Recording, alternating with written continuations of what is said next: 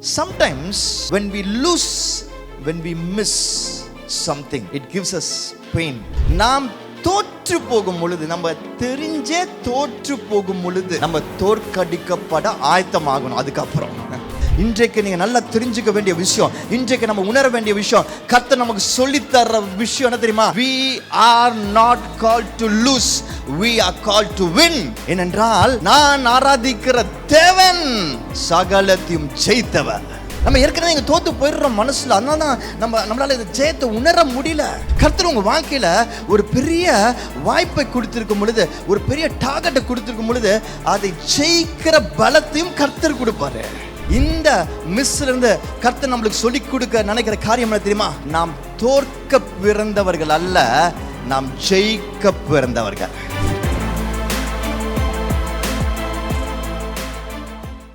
ஒரு மனுஷன் ஒருத்தன் ரொம்ப ஆசையாக புதுசாக ஒரு பேர் ஆஃப் ஸ்லிப்பர்ஸ் வாங்கினான். ரொம்ப ஆசையாக அந்த செருப்புகளை வாங்கினான்.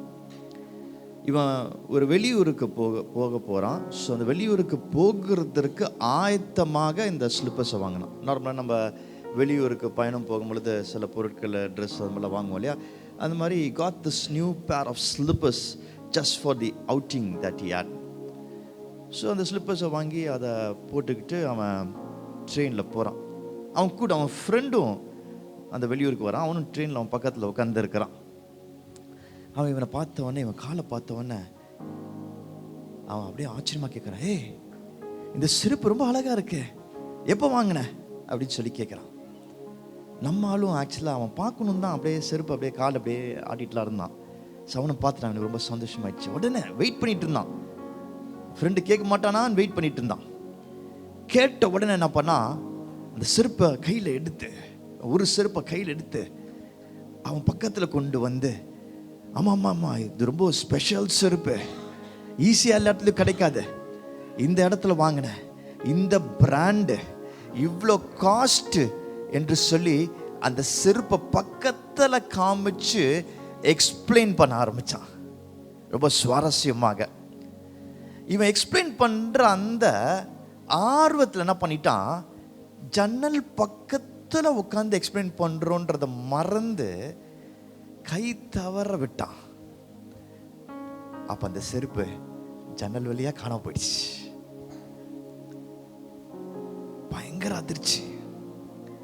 ரொம்ப ஆசையாக வாங்கினான், தேடி பிடிச்சு வாங்கினான், ரொம்ப இஷ்டப்பட்டு இருந்தான் செருப்பை. ஜஸ்ட் செகண்ட்ல ஒரு அஜாக்கிரதையினால் அந்த செருப்பு காண போயிடுச்சு. பயங்கர அதிர்ச்சி. அதிர்ச்சியா இருக்குமா இருக்காதா? பயங்கர அதிர்ச்சி. அவன் ஃபேஸ்ல, அவன் கண்ணெல்லாம் தண்ணி வந்துடுச்சு. அவன் ஃப்ரெண்டு உடனே அவனை தட்டி கொடுத்தான். ஏய் கவலைப்படாத, நம்ம வேற செருப்பு வாங்கிக்கலாம், ஊருக்கு போறோம்லாம் அங்கே வாங்கிக்கலாம், கவலைப்படாத அப்படின்றான். உடனே சுதாரிச்சுட்டு என்ன பண்ணா, இமீடியட்லி he braced himself. சுதாரிச்சுட்டு என்ன பண்ணா, இன்னொரு கால இருக்கிற செருப்பை தூக்கி வெளியே போட்டான். இவன் ஃப்ரெண்டுக்கு ஒண்ணுமே புரியல. என்னடா செய்யற அப்படின்னு சொல்லி அவன் கேட்கறான். உடனே இப்போ கொஞ்சம் நிம்மதியா சந்தோஷமா சொல்றான், இல்லடா ஒரு செருப்பு விழுந்துருச்சு கீழே, அது என்ன பிரயோஜனம், யாராவது எடுத்தாங்கன்னா அது யூஸ் கூட பண்ண முடியாது, அதனால தான் இன்னொரு கால் செருப்பையும் போட்டுட்டேன். இப்போ ரெண்டு செருப்பும் யாருக்கா கிடைச்சதுன்னா அவங்களுக்கு பிரயோஜனமா இருக்கும்ல, அதனால போட்டுட்டேன்னு சொல்லிட்டு இப்போ அவன் கொஞ்சம் நிம்மதியா இருந்தான். Sometimes when we lose, when we miss something, it gives us pain. நம்ம அதை மிஸ் பண்ணும் பொழுது அது நமக்கு வலியை கொடுக்கும், வேதனையை கொடுக்கும், அது நமக்கு ஒரே பிரச்சனையா இருக்கும். ஆனா சில சமயங்களில் நம்ம அது சரியாக மிஸ் பண்ணும் பொழுது அது நமக்கு சந்தோஷத்தையும் சமாதானத்தையும் கொடுக்கும். So it all depends on what you are missing. மிஸ்ஸிங்லேயே வேதனையும் ஷாக்கிங்கும் கொடுக்கிற மிஸ்ஸிங் இருக்குது. ஆனால் அதே மிஸ்ஸிங்கில் சில சமயம் ஆசீர்வாதமும் சமாதானமும் கூட இருக்கிறது. அந்த ஒரே மனுஷன் மிஸ் பண்ண விஷயத்துல ரெண்டுமே இருந்துச்சு. ஸோ இந்த சீரீஸ்ல கூட, இந்த புது சீரீஸ்ல ரொம்ப மிஸ் பண்றோம் என்ற இந்த சீரீஸ்ல கூட நல்லதையும் பார்க்க போறோம், கெட்டதையும் பார்க்க போறோம். போன வாரம் என்ன பார்த்தோம்? அந்த மிஸ்ஸிங் நல்லதா கெட்டதா? தாமஸ் ஒரு இம்பார்ட்டன்ட் மீட்டிங்கை மிஸ் பண்ணது நல்லதா கெட்டதா? நல்லது என்று சொல்லி சில நல்ல விஷயங்கள் அது வந்து கற்றுக்கொண்டோம். இன்றைக்கும் ஒரு மிஸ்ஸிங் பார்க்க போறோம். இன்றைக்கும் ஒருத்தர் மிஸ் பண்ணதை பார்க்க போறோம். எஸ், இந்த சீரீஸின் மூலமாக people who missed meetings பார்க்கிறோம், people who missed things பார்க்கிறோம். இப்படி பல விதமான மிஸ் பண்ண விஷயங்களை நம்ம பார்த்து கற்றுக்கொள்ள போகிறோம். போன வாரம் ஒருத்தர் மீட்டிங் மிஸ் பண்ணாரு. இந்த வாரம் நம்ம பார்க்க போறது மிஸ் பண்ண ஒரு விஷயத்த, ஆனால் மீட்டிங் இல்லை, ரொம்ப முக்கியமான ஒரு விஷயத்தை மிஸ் பண்ணாரு. அதை குறித்து நம்ம வேத பகுதியில் வாசிக்க போகிறோம். ஆதியாகமம் புஸ்தகத்தில் 25ஆம் அதிகாரத்தில் 20ஆம் வசனத்திலிருந்து 34ஆம் வசனம் வரைக்கும். ஜெனசிஸ் சாப்டர் 25 verses 20 to 34 வாசிக்க கேட்போமா?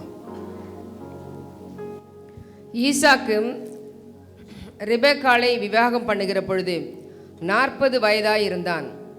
இவன் பதாம் ஆராம் என்னும் சீரியா தேசத்தானாகிய பெத்துவேலின் குமாரத்தியும் சீரிய தேசத்தானாகிய லாபானுக்கு சகோதரியுமானவள். மலடியாயிருந்த தன் மனைவிக்காக ஈசாக்கு கர்த்தரை நோக்கி வேண்டுதல் செய்தான். கர்த்தர் அவன் வேண்டுதலை கேட்டருளினார். அவன் மனைவி ரெபெக்காள் கர்ப்பம் தரித்தாள். அவள் கர்ப்பத்திலே பிள்ளைகள் ஒன்றோடொன்று மோதிக்கொண்டிருந்தன. அப்பொழுது அவள், இப்படியானால் எனக்கு எப்படியோ என்று சொல்லி கர்த்தரிடத்தில் விசாரிக்கும்படி போனாள். அதற்கு கர்த்தர், 2 ஜாதிகள் உன் கர்ப்பத்தில் உண்டாயிருக்கிறது, 2 வித ஜனங்கள் உன் வயிற்றிலிருந்து பிரியும், அவர்களில் ஒரு ஜனத்தார் மற்ற ஜனத்தாரை பார்க்கிலும் பலத்திருப்பார்கள், மூத்தவன் இளையவனை சேவிப்பான் என்றார். பிரசவ காலம் பூரணமான பொழுது அவள் கர்ப்பத்தில் 2 பிள்ளைகள் இருந்தது. மூத்தவன் சிவந்த நிறமுள்ளவனாகவும் சர்வாங்கமும் ரோம அங்கி போர்த்தவன் போலவும் வெளிப்பட்டான். அவனுக்கு ஏசா என்று பெயரிட்டார்கள். பின்பு அவன் சகோதரன் தன் கையினாலே ஏசாவின் குதிகாலை பிடித்து கொண்டு வெளிப்பட்டான். அவனுக்கு யாக்கோபு என்று பெயரிட்டார்கள். இவர்களை அவள் பெற்ற பொழுது ஈசாக்குக்கு 60 வயதாயிருந்தது. இந்த பிள்ளைகள் பெரியவர்களான பொழுது ஏசா வேட்டையில் வல்லவனும் வன சஞ்சாரியுமாய் இருந்தான். யாக்கோபு குணசாலியும் கூடாரவாசியுமாயிருந்தான். ஏசா வேட்டையாடி கொண்டு வருகிறது ஈசாக்கினுடைய வாய்க்கு ருசிகரமாய் இருந்ததினாலே ஏசாவின் பட்சமாய் இருந்தான். ரெபெக்காளோ யாக்கோபின் மேல் பட்சமாய் இருந்தாள். ஒரு நாள் ஏசா வெளியிலிருந்து களைத்து வந்த பொழுது யாக்கோபு கூழ் சமைத்து கொண்டிருந்தான். அப்பொழுது ஏசா யாக்கோபை நோக்கி, அந்த சிவப்பான கூழிலே நான் சாப்பிட கொஞ்சம் தா, இளைத்திருக்கிறேன் என்றான். இதனாலே அவனுக்கு ஏதோம் என்கிற பேர் உண்டாயிற்று. அப்பொழுது யாக்கோபு, உன் சேஷ்ட புத்திர பாகத்தை இன்று எனக்கு விற்று போடு என்றான். அதற்கு ஏசாம், இதோ நான் சாகப் போகிறேனே, இந்த சேஷ்ட புத்திர பாகம் எனக்கு என்னத்திற்கு என்றான். அப்பொழுது யாக்கோபு, இன்று எனக்கு ஆணையிட்டு கொடு என்றான். அவன் யாக்கோபுக்கு ஆணையிட்டு தன் சேஷ்டபுத்திர பாகத்தை அவனுக்கு விற்று போட்டான். அப்பொழுது யாக்கோபு ஏசாவுக்கு அப்பத்தையும் பயிற்றம் கூழையும் கொடுத்தான். அவன் புசித்து குடித்து எழுந்திருத்து போய்விட்டான். இப்படி ஏசா தன் சேஷ்டபுத்திர பாகத்தை அலட்சியம் பண்ணினான். Isaac was 40 years old when he took Rebekah as wife, the daughter of Bethuel, the Syrian of Paddan Aram, the sister of Laban the Syrian. Now Isaac pleaded with the Lord for his wife because she was barren, and the Lord granted his plea, and Rebekah his wife conceived. But the children struggled together within her, and she said, if all is well, why am I like this? So she went to inquire of the Lord, and the Lord said to her, 2 nations are in your womb, 2 people shall be separated from your body. one people shall be stronger than the other, and the older shall serve the younger. So when her days were fulfilled for her to give birth, indeed there were twins in her womb, and the first came out red. He was like a hairy garment all over. So they called his name Esau. Afterwards, his brother came out, and his hand took hold of Esau's heel. So his name was called Jacob. Isaac was 60 years old when she bore them. So the boys grew, and Esau was a skillful hunter, a man of the field. But Jacob was a mild man, dwelling in tents. And Isaac loved Esau because he ate of his game, but Rebekah loved Jacob. Now Jacob cooked a stew, and Esau came in from the field. He was weary. And Esau said to Jacob, "Please feed me with that same red stew, for I am weary." Therefore his name was called Edom. But Jacob said, "Sell me a birthright as of this day." And Esau said, "Look, I am about to die. So what is this birthright to me?" Then Jacob said, "Swear to me as of this day." So he swore to him and sold his birthright to Jacob. And Jacob gave Esau bread and stew of lentils. Then he ate and drank, arose, and went his way. Thus Esau despised his birthright. birthright Tamil என்ன சொல்லியிருக்கு? என்ன சொல்லியிருக்கு? புத்திர பாகத்தை. birthright, புத்திர பாகம். ஈசா தன்னுடைய புத்திர பாகத்தை மிஸ் பண்ணத இந்த பேசேஜ்ல பார்க்கிறோம். We are seeing how Esau missed his birthright. Thomas ஒரு மீட்டிங்கை மிஸ் பண்ணதை பார்த்தோம் போன வாரம். ஆனால் இந்த வாரம் ஈசா தன்னுடைய ஒரு முக்கியமான அங்கீகாரத்தை மிஸ் பண்ணதை பார்க்கிறோம். He missed it. birthright அப்படின்னா ஃபர்ஸ்ட் நம்ம என்னன்னு தெரிஞ்சுக்கணும். birthright குறித்து டியூட்ரானமியில பார்க்க முடியும். birthright is one of the best blessing that the first born can get. முதலாவதாக பிறக்கிற அந்த மகனுக்கு கிடைக்கிற மிக முக்கியமான அங்கீகாரம் இந்த birthright, புத்திர பாகம். இதுல என்ன நடக்குது? as per the law என்ன சொல்லப்பட்டிருக்கிறது என்றால், இந்த birthright இருந்தா அவங்களுக்கு இரட்டிப்பான ஆஸ்தி கிடைக்குமா? ஒரு தகப்பனுக்கு என்னெல்லாம் ஆஸ்தி இருக்கிறதோ அத பிள்ளைகளுக்கு பிரித்து கொடுக்க வேண்டும், சரி சமமாக. ஆனால் இந்த முதல் மகனுக்கு மட்டும் 2 போர்ஷனாக கொடுக்கணும். Double inheritance. ஸோ பேலன்ஸ் தான் உங்களுக்கு பிரித்து கொடுக்கப்படுகிறது மற்றவங்களுக்கு. So they get in plenty. இந்த முதல் மகனுக்கு அதிகமாக கிடைக்கும். ஏன் அப்படி? ஏன் முதல் மகனுக்கு அதிகமாக கொடுக்கப்படுகிறது? ஏனென்றால் இந்த ஆசீர்வாதத்தோடு அவனுக்கு பொறுப்பு வருகிறது. There is responsibility that comes with the blessing. சும்மா கொடுக்கல, நீ ஃபர்ஸ்ட் பிறந்துட்டுப்பா இந்த வச்சுக்கோ ஜாலியா இரு என்று சொல்லி அது கொடுக்கப்படுறது இல்லை. I'll repeat it. நீ ஃபர்ஸ்ட் பிறந்துட்ட அதனால வச்சு ஜாலியாக என்ஜாய் பண்ணு என்று அது கொடுக்கப்படுகிறது இல்லை. ஏன் அந்த ஃபர்ஸ்ட் மகனுக்கு கொடுக்கப்படுகிறது என்றால், உனக்கு பொறுப்பு ஜாஸ்தியா இருக்கு என்று சொல்லி. என்ன பொறுப்பு அவனுக்கு ஜாஸ்தியாக இருக்கிறது? இந்த ஃபர்ஸ்ட் மகனோட பொறுப்பு தகப்பனுக்கு அப்புறம் மற்ற சிப்ளிங்ஸை, சகோதர சகோதரிகளை பார்த்து கொள்ள வேண்டிய பொறுப்பு, அவர்களுக்கு திருமணம் செய்து வைக்க வேண்டிய பொறுப்பு, அவர்கள் தேவைகளை சந்திக்க வேண்டிய பொறுப்பு. He's got this responsibility of taking care of the other siblings. So அதனால தான் அவனுக்கு இந்த அதிகம் கொடுக்கப்படுகிறது. So now he has plenty, he has leadership, he has authority. அவனுக்கு ஐஸ்வர்யம் அதிகமாக இருக்கும், அவனுக்கு தலைமை பொறுப்பு இருக்கும், அவனிடத்தில் அதிகாரம் இருக்கும். இது எவ்வளவு பெரிய அங்கீகாரம்! பர்த் ரைட் என்பது பெரிய அங்கீகாரம். It's something which is very very important. முக்கியமான ஒரு விஷயம். அதுவும் இந்த முதல் மகனுக்கு. நம்ம இங்க பார்க்கிறது ஈசா மிஸ் பண்ணிட்டார் என்று நம்ம சொல்லி நம்ம சாதாரணமா சொல்லலாம். But what he missed was very very important.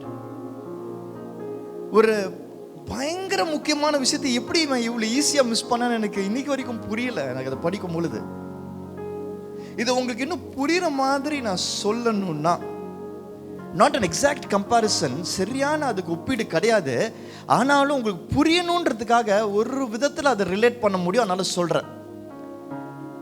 இன்னைக்கு உங்களுக்கு உங்களுடைய தகப்பன் பெரிய சொத்து எழுதி வைக்கிறான்னு வச்சுப்போம்.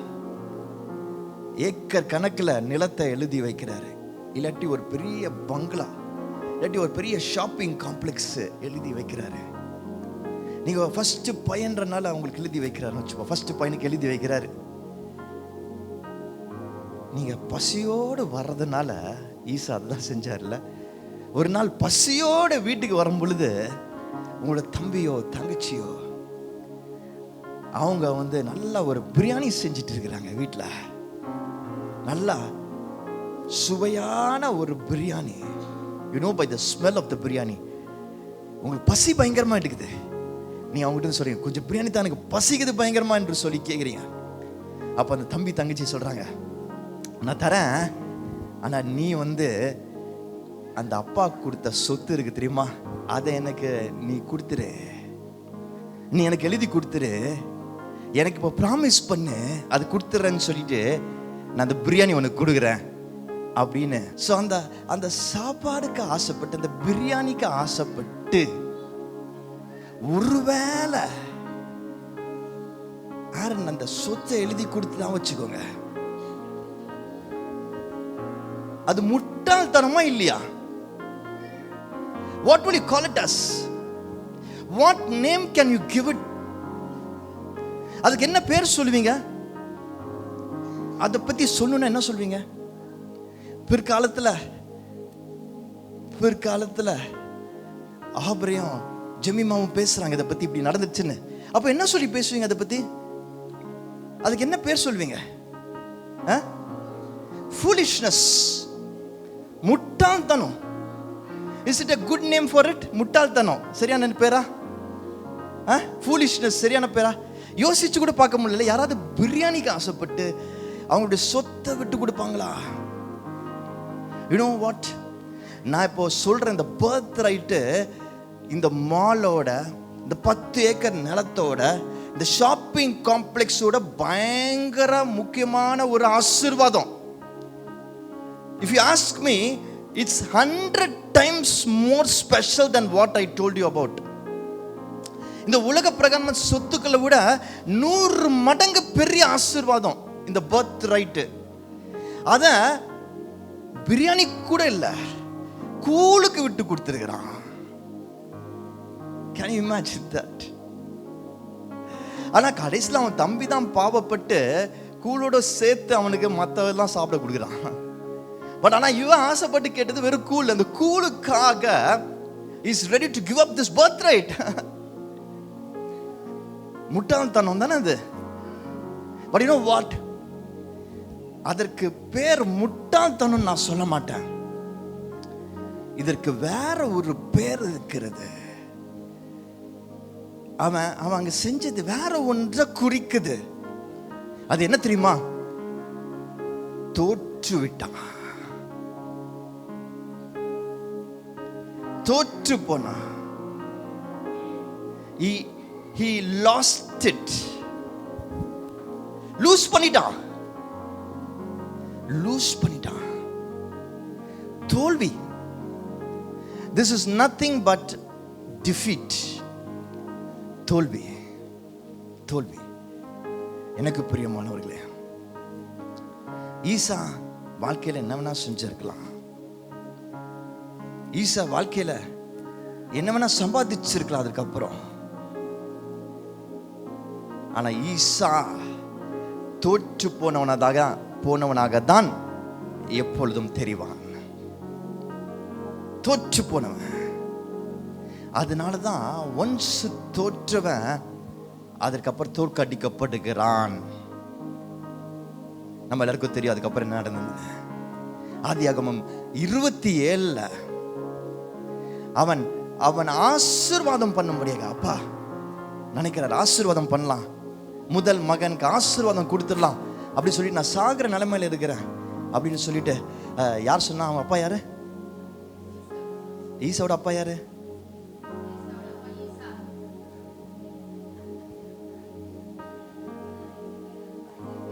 பேரு எஸ் ஐசக். ஐசக் வயதான பிறகு அவர் கூப்பிடுறாரு. வசனத்தை நம்ம வாசிச்சோம். அவருக்கு இவன் மேல ஒரு தனி பிரியம் இருந்தது என்று சொல்லி வாசிச்சோம்.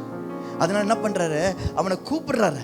கூப்பிட்டு நான் அவனை ஆசீர்வதிக்க ஆசைப்படுறேன், நீ போயிட்டு எனக்கு பிடிச்ச மாதிரி நல்லா வேட்டையாடி, நீ நல்ல ஒரு ஒரு ஒரு மிருகத்தை வேட்டையாடி எடுத்துட்டு வந்து நல்லா சமைச்சு எனக்கு பிடிச்ச மாதிரி கொடு, நான் சாப்பிட்டுட்டு மனதார அவனை ஆசீர்வதிக்கிறேன் என்று சொல்லும் பொழுது அவனோட தாயார், இவரோட தாயார் இதை கேட்டுட்டு இருக்கிறாங்க. ரெபெக்கா இதை கேட்டுட்டு இருக்கிறாங்க. கேட்டுட்டு அவங்களுக்கு பிரியம் வந்து 2வது பையன் மேல, யாக்கோப் மேல. ஸோ அவனை கூப்பிட்டு சொல்றாங்க, நீ ஒரு நல்ல இதை மிருகத்தை எடுத்துட்டு வந்துடு, நான் அவங்க அப்பாவுக்கு பிடிச்ச மாதிரி இதை சமைச்சு கொடுக்குறேன், அவருக்கு கண்ணு சரியா தெரியாது, அவரை ஏமாற்றி நீ இந்த ஆசீர்வாதத்தை வாங்கிடு என்று சொல்றாங்க. அதே மாதிரி அவனும் போய் அதை செஞ்சு அந்த ஆசீர்வாதத்தை வாங்கிடுறத பார்க்கிறோம். இவன் வரத்துக்கு முன்னாடி எப்படி இவன் போய் வேட்டையாடி எடுத்துட்டு வரத்துக்கு முன்னாடி அப்படி ஏமாற்றி அவன் பெற்றுக்கொண்டான். ஸோ ஃபர்ஸ்ட் டைம் அவனாக தோற்று போனா, செகண்ட் டைம் அவன் தோற்கடிக்கப்பட்டான். So the important thing that you need to really learn is, நாம் தோற்று போகும் பொழுது, நம்ம தெரிஞ்சே தோற்று போகும் பொழுது நம்ம தோற்கடிக்கப்பட ஆயத்தமாகணும். அதுக்கப்புறம் once you lose it, you become a loser always. அது உங்களோட பெரிய வீக்னஸா மாறிடும்.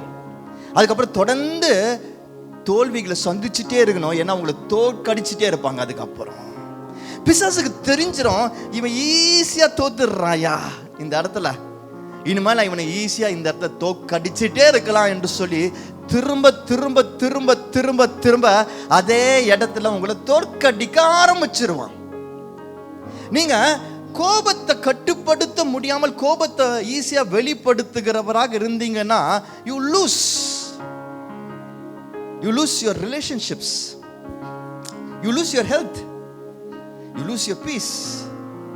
அந்த கோபத்தை கட்டுப்படுத்த முடியாமல் நீங்க அதை வெளிப்படுத்துகிறவராக இருந்தீங்கன்னா, நீங்க உறவுகளை தொலைத்து விடுகிறீர்கள், உங்களுடைய சரீரத்தை தொலைத்து விடுகிறீர்கள், உங்களுடைய சமாதானத்தை தொலைத்துடுறீங்க. ஆனா இப்ப பிசாசுக்கு தெரிஞ்சிச்சு, ஓ இவன் ஈஸியா கோபம் அடைகிறான், இவன் இந்த இடத்த தோக்கடிச்சுட்டே இருக்கலாம் என்று சொல்லி அந்த கோபத்தை ஒரு ஆயுதமாக பயன்படுத்தி உங்க வாழ்க்கையில உங்களுக்கென்று இருக்கிற ஆசீர்வாதங்களை நீங்கள் தொலைக்கும்படியாக பிசாசு செய்து கொண்டே இருப்பான். புரியுதா? ப்ராசஸ் பண்றீங்களா? அத மனசுக்குள்ள போதா? ஆழமா போதா? Are you able to understand this? This is important. இது உங்களுக்கு வாழ்க்கைக்குரிய பாடம். நிறைய நேரத்தில் நம்மளோட வீக்னஸ், நம்ம சில காரியங்களை செய்து தோர்த்து போறோம் தெரியுமா? நீங்க அதுக்கப்புறம் கவனிச்சு பார்த்தீங்கன்னா தெரியும் உங்களுக்கு, அதுக்கப்புறம் அதே இடத்துல தோத்துட்டே இருப்பீங்க. சேம் பிளேஸ்ல திரும்பி திரும்பி அந்த லாஸ் உங்களுக்கு வந்துட்டே இருக்கும். ஏன்னா அதுக்கப்புறம் பிசாசு டேக் ஓவர் பண்ணிடுவான், கண்ட்ரோல் எடுத்துடுவான். ஈசா முதல்ல தோத்தான், அதுக்கப்புறம் அவன் தோற்கடிக்கப்பட்டான். நல்ல கவனிங்க, இன்றைக்கு கர்த்தர் நம்மிடத்துல பேசுகிற காரியம் இதுதான். From this miss, what God wants to teach us, இந்த மிஸ்ல இருந்து கர்த்தர் நம்மளுக்கு சொல்லி கொடுக்க நினைக்கிற காரியம் என்ன தெரியுமா? நாம் தோற்க பிறந்தவர்கள் அல்ல, நாம் ஜெயிக்க பிறந்தவர்கள். We are not called to lose, we are called for victory. நீங்க உணரலன்னு நினைக்கிறேன், இது புரியலன்னு நினைக்கிறேன் உங்களுக்கு. இல்ல புரியல தானே? புரியல தானே ஆப்ரேயா? நமக்கு நம்ம மக்களுக்கு புரியல. நம்ம தோற்க பிறந்தவர்கள் அல்ல, ஜெயிக்க பிறந்தவர்கள். வாழ்க்கையில் எல்லாத்தையும் தோத்துட்டே இருக்கிறோமா? Are we losing continuously? வேலை இடத்துல தோக்குறோமா? குடும்பத்துல தோக்குறோமா? ஏன் ஊழியத்துல கூட தோத்து போயிடுறோமா? ஒரு சென்ஸ் ஆஃப் டிஃபீட் உங்களுக்கு இருந்துட்டே இருக்கா? ஒரு தோல்வி மனப்பான்மை உங்களுக்கு வந்துருச்சா? இந்த தோல்வி மனப்பான்மைக்கு பாருங்க, நிறைய பிரதர்ஸ் அண்ட் சிஸ்டர்ஸ் இருக்கிறாங்க, கசின்ஸ், ரிலேட்டிவ்ஸ் இருக்கிறாங்க. இந்த தோல்வி மனப்பான்மையோட பிரதர்ஸ் சிஸ்டர்ஸ்லாம் பார்த்தீங்கன்னா அவங்களுக்கு நிறைய பேர் இருக்கு. இன்ஃபீரியாரிட்டி காம்ப்ளெக்ஸ் இருக்கு, தாழ்வு மனப்பான்மைன்னு இருக்கு, செல்ஃப் சிம்பத்தின்ற பேர் இருக்கு, பயம்ன்ற பேர் இருக்கு, கோப உணர்வுகள் என்ற, எரிச்சல் உணர்வுகள் என்ற பேர் இருக்கு, டிப்ரெஷன் என்ற பேர் இருக்கு. இந்த தோல்வி என்ன செய்து, இது அப்படியே கொஞ்சம் கொஞ்சமா நிறைய சொந்தக்காரங்க சேர்த்துக்குது. We become so lost, finally we become depressed. எனக்கு பிரியமானவர்களே, இன்றைக்கு நீங்க நல்லா தெரிஞ்சுக்க வேண்டிய விஷயம், இன்றைக்கு நம்ம உணர வேண்டிய விஷயம், கர்த்தர் நமக்கு சொல்லி தர்ற விஷயம் என்ன தெரியுமா? We are not called to lose, we are called to win. ஏனென்றால் நான் ஆராதிக்கிற தேவன் சகலத்தையும் ஜெயித்தவர், சிலுவையில் எல்லாவற்றையும் முடித்தவர். If my God has gained victory over everything, அந்த ஜெயம் எனக்கு சொந்தம். நம்மளோட வாழ்க்கையில நம்ம தோக்க கூடாது, தோக்க முடியாது. நம்ம கர்த்தர் வைத்திருக்கிற திட்டங்களை நம்ம தோக்க முடியாது. கர்த்தர் நம்மளுக்கு கொடுத்திருக்கிற ரெஸ்பான்சிபிலிட்டிஸ்ல நம்ம தோற்க கூடாது. தேவன் நம்ம கொடுத்திருக்கிற ரோல்ஸ்ல நம்ம தோற்க முடியாது. we have to be winning. அது எதுவாக இருந்தாலும் சரி, எந்த ரோலாக இருந்தாலும் சரி, எந்த ரெஸ்பான்சிபிலிட்டியா இருந்தாலும் சரி, we should not lose. நான் திரும்ப சொல்றேன், நல்லா கவனமா புரிஞ்சுக்கோங்க. நீங்க புரிஞ்சுக்கணுன்றதுக்காக சொல்றேன். நீங்க என்ன ரோல் இருந்தாலும் சரி, let it be a father, mother, கணவன், மனைவி, ஆஃபீஸில் எந்த ஒரு ரோலாக இருந்தாலும் சரி, ஒரு employee, manager, whatever role it might be, ஊழியத்தில் உங்களுக்கு என்ன ரோலாக இருந்தாலும் சரி, இந்த சிட்டியில் உங்களுக்கு என்ன ரோலாக இருந்தாலும் சரி, அதை நம்ம தோற்க முடியாது, தோற்க கூடாது. அதை தலையில நல்லா ஏற்றிக்கணும், நம்ம மனசுல நல்லா பதிய வச்சுக்கணும். நம்ம ஏற்கனவே இங்கே தோத்து போயிடுறோம் மனசுல, அதனால தான் நம்மளால இந்த ஜெயத்தை உணர முடியல. But what we should remember and realize and recognize, இயேசு கிறிஸ்து எல்லாவற்றையும் ஜெயித்தார். I feel very sad when people give excuses. அவங்களுடைய கடமைகளை செய்கிறதற்கு, கர்த்தர் கொடுத்த பொறுப்புகளை செய்கிறதற்கு, கர்த்தர் கொடுத்த சில முக்கியமான ஆசீர்வாதத்தின் காரியங்களில் அவங்க பயணிக்கிறதற்கு அவங்க எக்ஸ்கியூசஸ் கொடுக்கும் பொழுது நான் ரொம்ப வேதனைப்படுவேன். You know, when you understand the importance of what God has given in your life, what God has allowed in your life, அது உங்களுக்கு புரிஞ்சிச்சுன்னா நம்ம எக்ஸ்கியூஸ் கொடுக்க மாட்டோம். இயேசுப்பா எக்ஸ்கியூஸ் கொடுக்கல சிலுவையில மரிக்கிறதுக்கு. ஆனா இயேசுப்பாக்கு தான் அதிகமான எக்ஸ்கியூசஸ் இருந்தது கொடுக்கணும்னா. இருக்கிறதுல பெரிய எக்ஸ்கியூஸ் அவர்கிட்ட தான் இருந்தது இல்ல? அந்த சில மணி துளிகள் பிதாவுடைய கனெக்ஷன் பிரியிற அந்த எக்ஸ்கியூஸ் இருந்தது. அதை விட முக்கியமான வேற ஒன்றுமே கிடையாது. அதை விட ஒரு பெரிய விஷயம் ஒன்றுமே கிடையாது. ஜீசஸ் அந்த எக்ஸ்கியூஸ் சொல்லியே போகாம இருந்திருக்கலாம். ஏன்னா it's biggest excuse that anybody can give. அதே சொல்லிருக்கலாம், அதை பேசுறாரு, ஆனா உம் சித்தம் என்று ஒப்பு கொடுக்கிறார். and he overcome, he won that time. அப்படி செய்யும்போது அவர் ஜெயிச்சாரு. see, நமக்கு வலி வரது, நமக்கு சுகவீனம் வருது, நமக்கு பலவீனம் வருது, நமக்கு இது பண்ண முடியாதுன்ற எண்ணம் வர்றதுலாம் நியாயம், நேச்சுரல். ஒரு பெரிய டாஸ்க் இருக்கும் பொழுது என்னால் இது பண்ண முடியுமான்னு தெரியல என்று சொல்லி நினைக்கிறது நேச்சுரல். அதை சொல்றது கூட ஆக்சுவலாக தப்பு கிடையாது. சில சமயம் நம்ம சொல்லுவோம் தெரியுமா, இது ரொம்ப கஷ்டம், என்னால் பண்ண முடியுமான்னு தெரியல, என்னால் இந்த வேலையை எடுத்துக்க முடியுமான்னு தெரியல, என்னால் இந்த ஊழியத்தை செய்ய முடியுமான்னு தெரியல. அது கூட பரவாயில்லன்ற, அது கூட பரவாயில்ல. ஆனா அங்கேயே இருந்துடக்கூடாது, சொல்லிட்டு அப்படியே விட்டுடக்கூடாது, சொல்லிட்டு அப்படியே தோத்து போயிடக்கூடாது. மாறாக ஏசப்பா மாதிரி சொல்லிட்டு, எனக்கு இது கஷ்டம் தான் ஆண்டவரே, ஆனால் உம் சித்தம் நடக்கட்டும் என்று சொல்ல வேண்டும். எனக்கு என்னுடைய சக்திக்கு மீறின காரியம்தான், ஆனால் உம் சித்தம் நடக்கட்டும் ஆண்டவர் என்று சொன்னோம். When God is allowed a goal in your life, when God is allowed an objective in your life, God will give you the strength to overcome it and win it. கர்த்தர் உங்க வாழ்க்கையில ஒரு பெரிய வாய்ப்பை கொடுத்திருக்கும் பொழுது, ஒரு பெரிய டார்கெட்டை கொடுத்திருக்கும் பொழுது, அதை ஜெயிக்கிற பலத்தையும் கர்த்தர் கொடுப்பாரு. ஏசப்பா சொல்ற, உம் சித்தம் நடக்கட்டும் ஆண்டவரே. He did not give excuse. ஆனால் இன்னைக்கு நம்ம நிறைய எக்ஸ்கியூசஸ் சொல்லி நம்ம தோற்று போகிறோம், நம்ம பொறுப்புகளில் தோற்று போகிறோம், கர்த்தர் கொடுத்திருக்கிற தாளந்துகளை தோற்று போகிறோம், கர்த்தர் கொடுத்திருக்கிற வாய்ப்புகளை தோற்று போகிறோம். we lose everywhere. எல்லா இடத்துலையும் தோற்று போகிறோம்.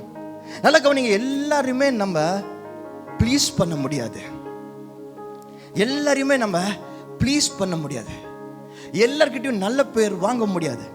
ஆனால் ஒரு விஷயத்தில் கவனமாக இருக்கணும், நான் கர்த்தர்கிட்ட நல்ல பேர் வாங்குறேனா?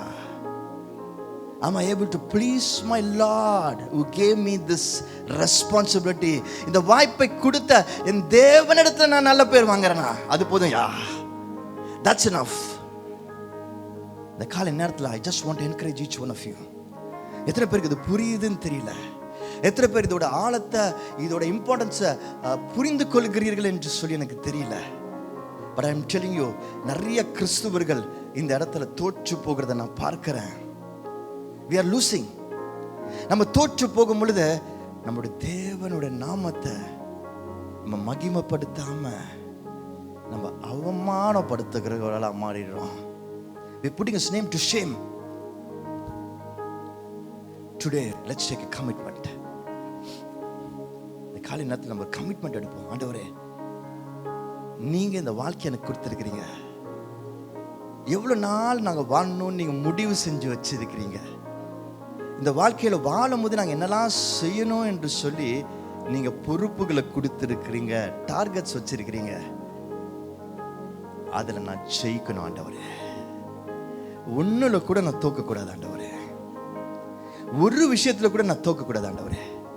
எல்லாவற்றிலும் ஜெயிக்க வேண்டும் என்று சொல்லி ஒப்பு கொடுப்போமா? Jesus, we want to win, Lord என்று சொல்லி ஒப்பு கொடுப்போமா? எந்த எக்ஸ்கியூசஸ் நாங்க கொடுக்க ரெடியா இல்ல. நாங்க தோற்று போக மாட்டோம். கடைசி மூச்சு இருக்கிற வரைக்கும், உம்மை சந்திக்கிற அந்த நாள் வரைக்கும் கர்த்தர் எங்களுக்கு கொடுத்திருக்கிற அந்த வாழ்க்கையில பொறுப்புகள்ல ஜெயிச்சுட்டே இருப்போம். ஏனென்றால் என் இயேசுப்பா எல்லாவற்றையும் ஜெயித்தார். ஹல்லேலூயா. தோல்வி மிக மோசமான காரியம் தான். Losing is so difficult and shameful தான். ஆனா அது தோல்வி ஏன் வருது என்று சொல்லி நம்ம பார்ப்போம். ஏன் தோற்கிறோம் என்பதை நம்ம தெரிஞ்சுக்கலாம். ஏன் தோற்கிறோம் என்பதை தெரிஞ்சுக்கிட்டா ஜெயிக்க முடியும். ஏன்னா ஜெயிக்கிறது பெரிய பிரச்சனை கிடையாது. ஏன்னா ஏசப்பா ஏற்கனவே ஜெயிச்சிட்டாரு, முடிச்சிட்டாரு. ஸோ நம்ம புதுசா போய் அதை ஆராய்ச்சி பண்ணி கண்டுபிடிக்க வேண்டிய அவசியம் கிடையாது. புரியுதா நான் சொல்றது? எப்படி ஜெயிக்கிறது என்று சொல்லி ஆராய்ச்சி பண்ண வேண்டாம், அது தேவையும் இல்லை. ஏன்னா அவர் ஏற்கனவே முடிச்சிட்டார், அதை இட்ஸ் ஓவர். அதுல நீங்க எந்த பிஹெச்டியும் பண்ணாதீங்கன்னு அவர் சொல்றாரு. நீங்க விசுவாசித்தால் போதும், நீங்க இதை நம்பினா போதும், அது ஏற்கனவே உங்களுக்கு ரெடியா இருக்கு அப்படின்னு சொல்றாரு. ஆனா எப்படி தோக்க கூடாதுன்னு நம்மளுக்கு தெரியணும். ஏன் தோக்குறோம் நம்மளுக்கு தெரியணும். அது தெரிஞ்சா போதும். அதுல நம்ம சுதாரிச்சுக்கிட்டோம்னா ஜெயம் ஆல்ரெடி நமக்கு இருக்கு, அது பிடிச்சிக்க வேண்டியதுதான். ஸோ இன்றைக்கு நம்ம எப்படி தோற்கிறோம் என்பதை பார்க்கலாமா? How do we lose என்பதை நம்ம பார்க்க போறோம் வேகமாக. இந்த ஈசாவோட வாழ்க்கையில இருந்தே பார்ப்போம். ஈசா தோற்றது ஒரு மிக அவமானத்தின் காரியம், மிக முக்கியமான காரியத்தை தோற்றான். ஏன் தோத்தான் என்று சொல்லி பார்க்க போறோம். முதல் காரியம், நம்ம ஏன் லூஸ் பண்றோம் என்று சொல்லி தெரிஞ்சுக்கிறோம். You lose when you forget. எப்படி? You lose when you forget. நம்ம எப்ப தோக்குறோம்? மறக்கும் பொழுது தோற்கிறோம், மறந்து போகும் பொழுது தோற்கிறோம். என்ன மறந்து போறோம்? ஆதியாகமம் 25 27 வசனம் வாசிங்க. 25 27 வசனம். இந்த பிள்ளைகள் பெரியவர்களான பொழுது ஏசா வேட்டையில் வல்லவனும் வன சஞ்சாரியுமாய் இருந்தான். யாக்கோபு குணசாலியும் கூடாரவாசியுமாய் இருந்தான். இந்த லைனை வாசிக்கும் பொழுது, இந்த வேர்ஸை வாசிக்கும் பொழுது ஏசா பத்தி உங்களுக்கு என்ன தோணுது? யாக்கோப் பத்தி என்ன தோணுது? Esau was more strong. இதை வாசிக்கும் போது என்ன தோணுது? ஏசா இன்னும் ஒரு பலம் நிறைந்த ஒரு ஆளு என்று தோணுது இல்லையா? யாக்கோபோட வேற என்ன தோணுது? வேற என்ன தோணுது இது பார்க்கும்போது? ஏசா எங்க இருந்தாரு? யாக்கோபு எங்க இருந்தாரு? ஆமா, ஏசா இதுல நான் நினைச்ச விஷயங்கள் நான் சொல்றேன். ஏசா வெளியே போய் வேலை செஞ்சுட்டே இருக்கிறாரு, வேட்டையாடுறாரு. Is a person who is out there doing everything. ஆனா யாக்கோபு வீட்டுக்குள்ளேயே உட்காந்துருந்தான், சமையல் செஞ்சுட்டு இருந்தான். வெளியே போய் ஒரு ஆம்பளையா வேலை செய்வானா? வீட்டில் உட்காந்து சமைச்சிட்டு இருக்கிறான். பாருங்க, ஆம்பளைங்க சமைக்க கூடாதா வீட்டில்? எனக்கு தெரியாதுன்றனால அது தப்புன்னு நான் சொல்ல. நல்லா சமைக்கணும், நல்லது தான். ஆம்பளைங்க சமைச்சா நல்லது. ஆம்பளைங்க இந்த வேலை, பொம்பளைங்க இந்த வேலைலாம் நம்ம தான் உண்டாக்கி இருக்கிறோம். பைபிளில் ஆம்பளைங்க என்ன ரோலு, பொம்பளைங்க என்ன ரோலுன்னு கிளியராக இருக்கு. அதை செய்ய மாட்டோம், உலக பிரகாரமாக உருவாக்கிட்டு அதை பிடிச்சிட்டு உட்காந்துட்டு இருக்கிறாங்க. சரி விடுங்க. ஆனால் நம்ம பார்க்கும்போது நமக்கு என்ன தோணுது? யாக்கோபு வீட்டில் உட்காந்து சமைச்சிட்டு இருக்கிறான், ஏசா வெளியே போய் என்ன மாதிரி வேலை செய்கிறாரு அப்படின்னு. ஏசா வாஸ் a strong person, ரொம்ப ஸ்ட்ராங்கான ஆளு, வலிமை. ஏசா வெளியே போய் சின்சியரா வேலை செய்கிறாரு. யாக்கோபு வீக் பர்சன், மைல்டு அப்படின்னு சொல்லுது, பிளேன்னு சொல்லுது ஒரு வருஷன். யாக்கோபு வீட்டில் உட்காந்து சமைச்சிட்டு இருக்கிறான் அப்படின்னு சொல்லுது. இன்னொரு காரியம் இருக்கு. அப்பாக்கு பிடிச்சது, அப்பா ஆசீர்வதிக்க நினைக்கிறது யார? ஏசாவா.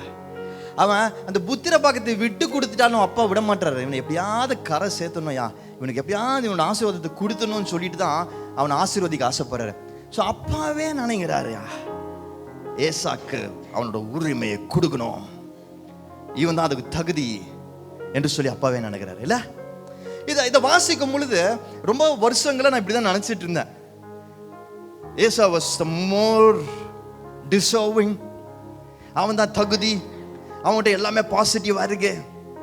யாக்கோபு இவ்வளவு மோசமானவனா இருக்கிறான், ஏமாத்தினான் வேற என்று சொல்லி யாக்கோபை ரொம்ப கேவலமா நினைச்சிட்டு இருந்தாரு. யாக்கோபு ஒன்று நல்லவன் கிடையாது, பட் ஆனால் ரொம்ப கேவலமா அவனை வில்லனை நினைச்சிட்டு ஏசாவை ஹீரோவை நினைச்சிட்டு இருந்தேன். ஆனா ஆண்டவர் எனக்கு உணர்த்தினாரு, இதை படிக்க வச்சார், திரும்ப படிக்க வச்சாரு. ஆவியானவர் எனக்கு உதவி செஞ்சாரு இதை இன்டர்பிரட் பண்றதுக்கு. அப்பதான் சில வசனங்களோட ஒப்பிட்டு இதை பார்க்கும் பொழுது எனக்கு ஒரு விஷயம் புரிஞ்சுது, நல்லா புரிஞ்சுது. என்ன புரிஞ்சுதுன்னா, ஏசா என்ன பண்றாரு? அந்த வசனத்துல நம்ம வாசிச்சோம், என்ன பண்றாரு?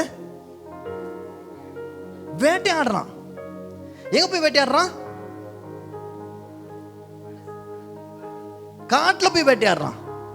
He was a skilled hunter in the wild. ஆனா யாக்கோபை பத்தி என்ன சொல்லுது? குணசாலி, கூடாரம் வாசி. இங்கிலீஷ்ல மைல்ட் பிளேன் என்று சில வருஷம் சொல்லுது. ஆக்சுவலா பாருங்க, யாக்கோபு குணசாலி என்று சொல்ற வார்த்தையை நம்ம மிஸ் பண்ணிடுறோம். ஏன்னா நம்ம இதை வேகமாக படிப்போம், நம்ம ஒரு பார்வையில் படிப்போம், நமக்கு சொல்லி கொடுக்கப்பட்ட இல்லாட்டி நம்ம நினச்சிட்டு இருக்கிற ஒரு விதத்தில் தான் நம்ம பைபிளை படிக்கிறோம். அப்படி நம்ம படிக்கிறனால நம்ம ஆக்சுவலாக பைபிளில் இருக்கிற முக்கியமான வார்த்தைகளை மிஸ் பண்ணிடுறோம். வாழ்க்கையிலும் நம்ம தப்பு பண்ணுறோம் தெரியுமா? சில விஷயங்களை நம்ம மனுஷங்க சொல்கிறத வச்சு எடுத்துக்கிறோம், சில விஷயங்களை நம்ம உலகத்தின் நீதிப்படி எடுத்துக்கிறோம். ஆனால் அது இருக்கிற உள் கருத்து, கர்த்தர் நம்மளுக்கு என்ன சொல்லித்தரான்னு தெரியாமல் விட்டுடுறோம். இங்கேயும் அப்படிதான். குணசாலி, யார் குணசாலி? பைபிள் சொல்லுது. யாக்கோபு இஸ் நாட் அ வில்லன், குணசாலி. இந்த விஷயம் இந்த இடத்துல அஸ் அ சன், ஒரு மகனாக அவன் பண்ண விஷயத்தை நான் நியாயப்படுத்தல, ஆனா ஒரு மகனாக அவன் குணசாலியாக இருந்தான். I want to tell you something even more. Out of the two sons, ரெண்டு மகன்களை இவன் தான் more obedient. இவன் தான் உருப்படுற பையன், இவன் தான் வீட்டுக்கு அடங்கின பையன். யாரு? யாக்கோபு. அப்ப ஏசா வெளியே போய் வேட்டையாடிட்டுலாம் வந்தானே, வேட்டையாடிட்டுலாம் வந்தானே, அவன் எப்போதும் வேலை செஞ்சுட்டு இருந்தானே. ஐயா, அவன் வேலை செய்யல, நம்ம தான் தப்பா புரிஞ்சிட்டு இருக்கோம். அவன் வேலை செஞ்சுட்டு இருந்தான்னு போயிட்டு காட்டுக்குள்ள போயிட்டு அவன் வேலை செய்யல, விளையாடிட்டு இருந்தான். என்னது? விளையாடிட்டு இருந்தான். பிளேஃபுல். காலையிலேருந்து இரவு வரைக்கும் ப்ளே பண்ணிகிட்டே இருந்தான். கொஞ்ச நேரம் விளாட்லாம், யார் வேலைலாம் செஞ்சு முடிச்சுட்டு ஒரு மணி நேரம் நைட்டு 8:30 வந்து பேட்மிண்டன் விளாட்லாம், தப்பு கிடையாது. ஆனால் காலையிலேருந்து வேலை செய்யணும். காலை 9 மணிக்கு வந்து பேட்மிண்டன் கோர்ட்டை திறந்து விடுங்கன்னு சொன்னால் தப்பு. நைட்டு 8:30 மணிக்கு வந்துட்டு ஒரு கொஞ்ச நேரம் விளாண்டா தப்பு இல்லை. ஆனால் இவன் காலைல எஞ்சதுலேருந்து விளையாடிட்டே இருக்கணும்னு நினைக்கிறான். என்ன நீங்கள் இப்படி சொல்கிறீங்க? அவன் போய் வேட்டையாடி தானே வந்தான், வேட்டையாடிட்டு அந்த மிருகங்களை தானே எடுத்துகிட்டு வந்தான், வீட்டுக்கு தானே எடுத்துகிட்டு வந்தான், நல்லா தானே சமைச்சு கொடுத்தான், அவங்க அப்பாக்கெல்லாம் பிடிக்குமே. நல்லா புரிஞ்சுக்கோங்க, இவட அப்பா யாரு? ஐசக். ஐசக்கூட அப்பா யாரு? தூக்கிட்டீங்க நிறைய பேர். ஆபிரகாம். ஆபிரகாம் யாரு?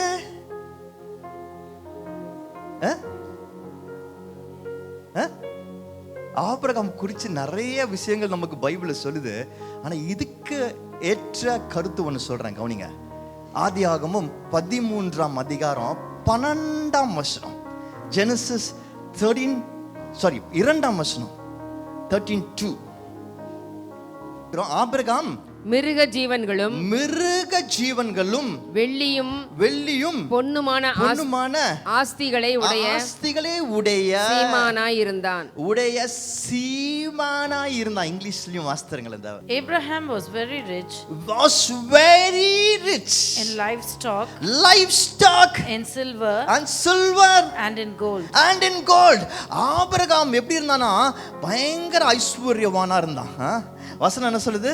அவன் சீமானா இருந்தான். Aishwaryan, very rich person, extremely rich. இப்போ அந்த ரிச் எல்லாம் யாருக்கு வரும்? ஐசக்கு வரும் இல்ல? ஐசக்கு வரும். டபுள் போர்ஷனா வந்திருக்கும். அப்படியா? சரி, நல்லா கவனிங்க. இப்போ இதுல அவன் ஐஸ்வர்யத்தை பத்தி சொல்லுது. அதுல ஒரு முக்கியமான பங்கு என்னது? சில்வர் கோல்டு அவனுடைய ஐஸ்வர்யம். அதான் தான் அவன் சீமானானா. சில்வர் கோல்டு வேற என்ன இருந்தது அவன்கிட்ட? மிருக ஜீவன்கள், livestock. Note this, underline பண்ணிக்கோங்க. மிருக ஜீவன்கள் அவனுக்கு ஏராளம் இருந்தது. அவன்கிட்ட மிருக ஜீவன்கள் ஏராளம் இருந்தது. அவன்கிட்ட பொன்னும் வெள்ளியும் ஏராளமாக இருந்தது. அதனால தான் அவன் சீமான் என்று சொல்லப்படுகிறது. அப்போ அவனுடைய ஐஸ்வர்யத்தில் ஒரு பகுதி என்னது? மிருக ஜீவன்கள். அது யாருக்கெல்லாம் வந்தது? ஐசக்கு வந்தது. ஐசக் கிட்ட இப்போ அந்த ரிச் இருக்கு. அந்த ரிச்ல மிக்க முக்கியமான பகுதி என்னது? மிருக ஜீவன்கள். அப்போ ஐசக்கு வீட்டு வெளியவே, தோட்டத்திலேயே, ஃபார்ம்லயே எக்கச்சக்க மிருக ஜீவன்களை வச்சிருக்கிறாரியா. 10 தலைமுறைக்கு டெய்லி அடிச்சு சாப்பிட்ற அளவுக்கு மிருக ஜீவன்கள் வச்சிருக்கிறாரு. டெய்லி அவங்க வீட்டில் மட்டன் பிரியாணி பண்ணலாம் எல்லாருக்கும். அவ்வளோ மிருக ஜீவன்கள் அவர்கிட்டயே இருக்கு. இப்போ யாக்கோப் என்ன செஞ்சான்? அவன் வீட்டில் உட்காந்து அவன் கூடார வாசியாக இருக்கிறான். கூடார வாசினா என்னன்னா, அங்கங்கே டென்ட்டு போட்டு வீட்டில் இருக்கிறவன். எங்கே கூடாரம் போடுவாங்க? அந்த மிருகங்களை மேய்க்கிறதுக்கு, ஆடுகளை மேய்க்கிறதுக்கு போகும் பொழுது அங்கே கூடாரத்தை போட்டு அங்கே உட்காருவான். அங்கே தான் ஏசா ஒரு இடத்துல வரான், பார்க்குறான். அவன் வீட்டுக்கு வரல, ஒரு இடத்துல கூடாரம் போட்டு யாக்கோபு இப்படியாக ஆடுகளை மேய்க்க போகும் பொழுது கூடாரம் போட்டு அவங்க வேலை செய்கிற இடத்துல அவன் வேலை செஞ்சுருக்கும் கூடாரம் போட்டு மத்தியானம் லஞ்சு ப்ரிப்பேர் பண்ணிட்டு இருக்கிறான்னு நினைக்கிறேன். அப்போ இவன் வந்துடுறாங்க. அவன் தூரத்துலேருந்து பார்க்குறான், வேட்டையாட்டு காட்டுக்குள்ளேருந்து வரான். அப்போது அவன் பார்க்குறான், நம்ம ஆடுகள் மாதிரி இருக்கு, நம்ம யாக்கோபு சகோதரனுக்கு வாங்க அங்கே போகலாம், பசிக்குதுன்னு சொல்லிட்டு அங்கே போய் அங்கே வந்து இவனை சந்திக்கிறான். இப்போ யார் பொறுப்பு? யாக்கோபு பொறுப்பு. யாக்கோபு அவங்களுக்கு இருக்கிற அந்த மிருக ஜீவன்களை மேய்ச்சிட்டு பார்த்துக்கிட்டு வேலை செஞ்சுட்டு இருக்கிறாரு. குணசாலியாக இருக்கிறாரு. வீட்டுக்கு உடைய காரியங்களை செய்கிறார், வீட்டு பிஸ்னஸை பார்த்துக்கிறாரு, அப்பா அம்மாவுக்கு ஒபீடியன்ட் பையனாக இருக்கிறாரு. ஆனால் இந்த ஈசா என்ன பண்ணுறாரு, அவர் வேலை செய்கிறதுக்கு காட்டுக்குள்ளே போகல, வேட்டையாட போகல, விளையாட போயிருக்கிறாரு. எப்பா சொல்லுங்கப்பா, நீங்கள் உங்கள் வீட்டிலே உங்களுக்கு ஒரு 10 கார் நிற்குது, பெஞ்ச் நிற்குது, BMW நிற்குது, எல்லா காரும் நிற்குது. நீங்கள் போய் எங்கேயோ போயிட்டு ஒரு ரேஸுக்கு போயிட்டு அங்கே காரை ஓட்டிகிட்டு இருந்தீங்கன்னா அது என்னது அது விளையாட்டுறீங்க, வேஸ்ட் பண்ணுறீங்க டைமை. When you have the riches at home, your business is to take care of the riches. வீட்டில் இருந்து பார்த்துக்கிறது உன் வேலை. ஆனால் நீ அதை செய்யல. சரி கொஞ்ச நேரம் விளையாட போறியா? இல்லை, உன் தொழிலாவே விளையாட்ட வச்சிருக்கிற. You're so playful, you're so wasteful.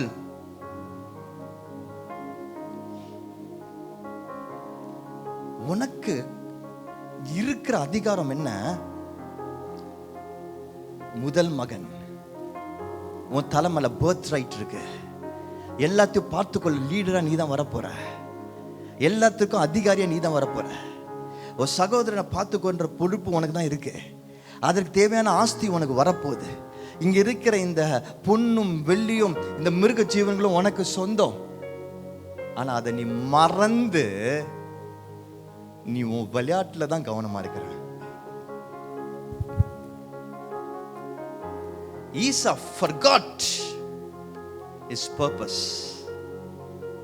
அவனுக்கு இருக்கிற ஆசீர்வாதங்களை மறந்துட்டான், கர்த்தர் கொடுத்திருக்கிற அங்கீகாரத்தை மறந்துட்டான், கர்த்தர் அவனுக்கு வச்சிருக்கிற திட்டத்தை மறந்துட்டான். அதை மறந்து விளையாடுவதிலும் டைம் வேஸ்ட் பண்ணுவதிலும் அவன் கவனமா இருந்தான். When you forget the purpose that God has got for you, when you forget the blessings that God has got for you, when you forget the opportunities that God is giving you and waste your time elsewhere, you will lose. You lose when you forget. இன்றைக்கு எத்தனை நேரத்தில் நம்ம நேரத்தை வீணடிச்சிட்டு இருக்கிறோம்? கர்த்தர் நம்மளுக்கு எவ்வளோ வாய்ப்புகளை கொடுக்குறாரு, எவ்வளோ பொறுப்புகளை கொடுக்குறாரு, எத்தனை ஆசீர்வாதங்களை வச்சிருக்கிறாரு. கொஞ்சம் யோசிச்சு பாருங்களேன். நீ கொஞ்சம் யோசிச்சு பாருங்க. உங்க கூட படிச்சவங்க, உங்க கூட ஸ்கூல் படிச்சவங்கள சும்மா ஒரு உதாரணத்துக்கு சொல்றேன். ஏன்னா நான் அப்பப்போ யோசிப்பேன். காலேஜ் படிச்சவங்க இன்னைக்கு அவங்கள என்ன செய்யறாங்க, நீங்க என்ன செய்றீங்க? நான் இப்போ நிறைய முறை யோசிக்கிறேன். ஆண்டவர் எனக்கு பிடிச்ச ஒரு வேலையில என்ன வச்சிருக்கிறேன், நான் ரொம்ப என்ஜாய் பண்ற ஒரு காரியத்தை செய்ய வச்சிருக்கிறேன், வேலையா வச்சிருக்கிறது. நான் திரும்பி பார்க்குறேன், என்னோட கார்பரேட்ல ஒர்க் பண்ணவங்கலாம் திரும்பி பார்க்குறேன், அவங்க நல்லா இருக்காங்க, நல்லா இருக்கணும், நான் மனதார ஆசீர்வதிக்கிறேன். ஆனா எனக்கு இருக்கிற வாய்ப்பு ஆசீர்வாதம் அவங்களுக்கு இல்லை.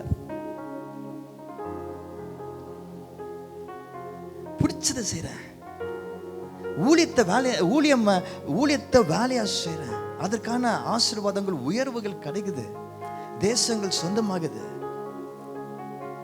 ஆனா திரும்பி பார்க்கும்போது என் கூட போராடி இந்த வேலை செஞ்சுட்டு இருந்தவங்க இன்னைக்கு அப்படி இல்லையே.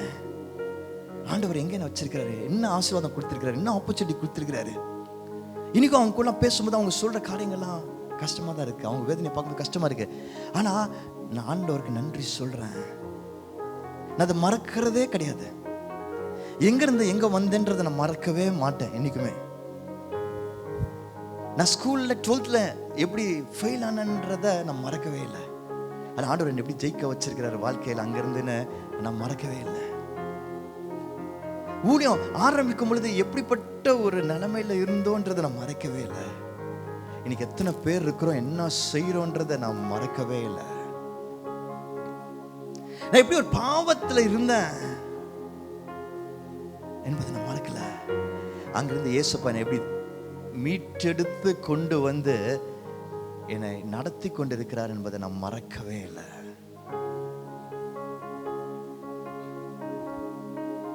என்னை நடத்தினவரை நான் மறக்க மாட்டேன், அவர் நடத்த போகிறத மறக்க மாட்டேன், நடத்த இருக்கிற காரியங்களையும் இடங்களையும் நான் மறக்கவே மாட்டேன். I will never forget what the Lord is doing in my life. I will never forget what the Lord wants to do in my life. இது எனக்கு ஞாபகத்தில் இருக்கும் பொழுது உலகத்தில் தோற்று போக மாட்டேன். ஏன்னா எனக்கு தெரியும் கர்த்தர் எனக்கு பெரிய திட்டங்களை வச்சிருக்கிறார் என்று சொல்லி. ஏன்னா எனக்கு தெரியும் என்னை இதுவரைக்கும் நடத்தின கர்த்தர், ஜெயிக்க வைத்த கர்த்தர் இனியும் என்னை ஜெயிக்க வைப்பார் என்று சொல்லி எனக்கு தெரியும். 2023 முடிக்க செஞ்ச அந்த கர்த்தர், ஜெயிக்க வச்ச கர்த்தர். நீங்க இங்க உட்கார்ந்திருக்கிற எல்லாருமே ஜெயிச்சவங்க தெரியுமா உங்களுக்கு?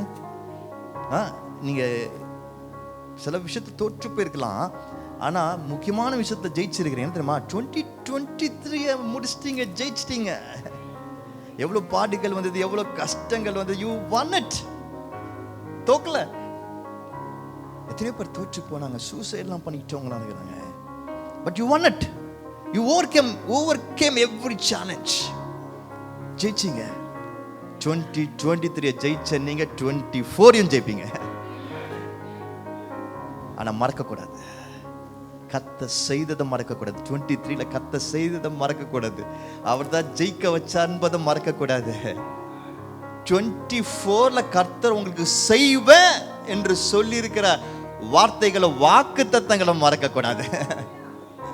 கர்த்தர் உங்க உள்ளத்துல பேசின காரியங்களை மறக்க கூடாது, தரிசனங்களை மறக்க கூடாது. எனக்கு சில சமயங்களில் சோர்வா இருக்கும், நானும் மனுஷன், நல்ல சோர்வா இருக்கும், சில சமயத்தில் சோம்பேறியாகவும் இருக்கும். ஆனா அப்பெல்லாம் நான் என்ன பண்ணுவேன், ஒரு வீடியோ கொஞ்ச நாளைக்கு முன்னாடி போட்டேன் சர்ச் குரூப்ல. எத்தனை பேர் பார்த்துருப்பீங்க தெரியல, சர்ச் குரூப்னு ஒன்று இருக்கு, அது தெரிஞ்சா ஓகே, அதில் போட்டோம். அது ஆக்சுவலாக உங்களுக்கு இல்லை, எனக்கு. அப்பப்போ நான் கொஞ்சம் சோர்வாக இருக்கும்போது, சோம்பேறித்தனமாக இருக்கும்போது அதை எடுத்து பார்த்துமா, அப்பப்போ ஓ ஆண்டவர் இதெல்லாம் செய்யணும்னு இருக்கிறாரு, ஓடணும் ஓடணும் ஓடணும் ஓடணும், எந்திரிக்கணும் எந்திரிக்கணும் எந்திரிக்கணும் எந்திரிக்கணும்னு சொல்லி ஓட ஆரம்பிச்சிருவேன். மறக்காதீங்க, என்ன மறந்தா தோற்று போயிடுவீங்க. ரெண்டாவது காரியம், பியூட்டிஃபுல்லான அடுத்த விஷயம், எப்போ நம்ம தோக்குறோம்னா, you lose when you become faint. You lose when you faint. First நம்ம பார்த்தோம் you lose when you forget. ரெண்டாவது நம்ம பார்க்கிறோம் you lose when you faint. faint என்னது? forgetனா தெரியும் எல்லாருக்கும்ல? forget தெரியும்ல எல்லாருக்கும்? மறக்கிறது, FORGET, forget. faint,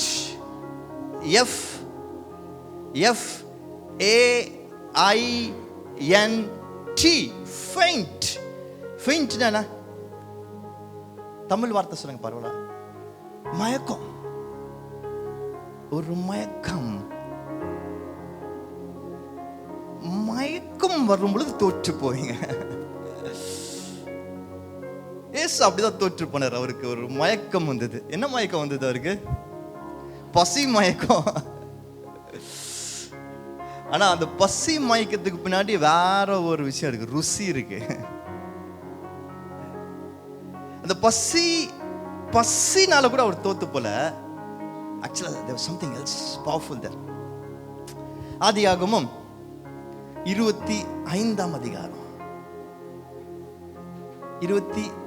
அதிகாரம் 30ஆம் வசனம். அப்பொழுது ஏசாம் யாக்கோபை நோக்கி, அந்த சிவப்பான கூழிலே நான் சாப்பிட கொஞ்சம் தா, இளைத்திருக்கிறேன் என்றான். நல்லா கவனிங்க, இங்கிலீஷ்லயும் வாசிங்க. Todi. And Esau said to Jacob, please feed me with that same red stew, for I am weary. Therefore his name was called, I am weary, இளைத்திருக்கிறேன். I am weary, இளைத்து இருக்கிறேன். 32ஆம் வசனம். அதற்கு ஏசாம், இதோ நான் சாக போகிறேனே, இந்த சேஷ்டபுத்திர பாகம் எனக்கு என்னத்திற்கு என்றான்.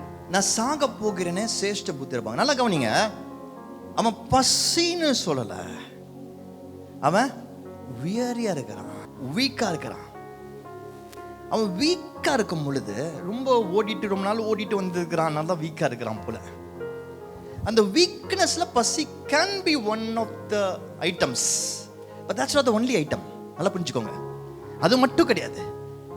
பசி ஒரு பகுதியா இருந்திருக்கலாம், ஆனா வீக்கா, ஆன் தி ஹோல் வீக்கா இருக்கிறான். இப்போ அவன் வீக்கா இருக்கும்போது என்ன பண்றான், வரான். அங்க என்ன இருக்கு? என்ன இருக்கு? கூழ் இருக்கு. பிரியாணி மேட்டருக்கு திரும்பி வருவோம். ஆரன் வீட்டுக்கு வரான். பிரியாணியை ஆண்ட்ரியா சுட சுட அங்கே செஞ்சிட்டு இருக்கிறா. அப்போ ஆரன் வீக்கா இருக்கிறான். இந்த பிரியாணியை பார்த்து என்ன சொல்லுவான்? என்ன சொல்வ? என்ன சொல்வான்?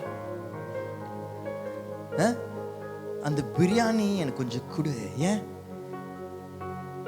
நல்ல வாசனையா இருக்கு அப்படின்னு நம்ம சொல்லுவோம். பிரியாணி வாசம் மூக்க தொலைக்குது, பசி அதிகரிக்குது.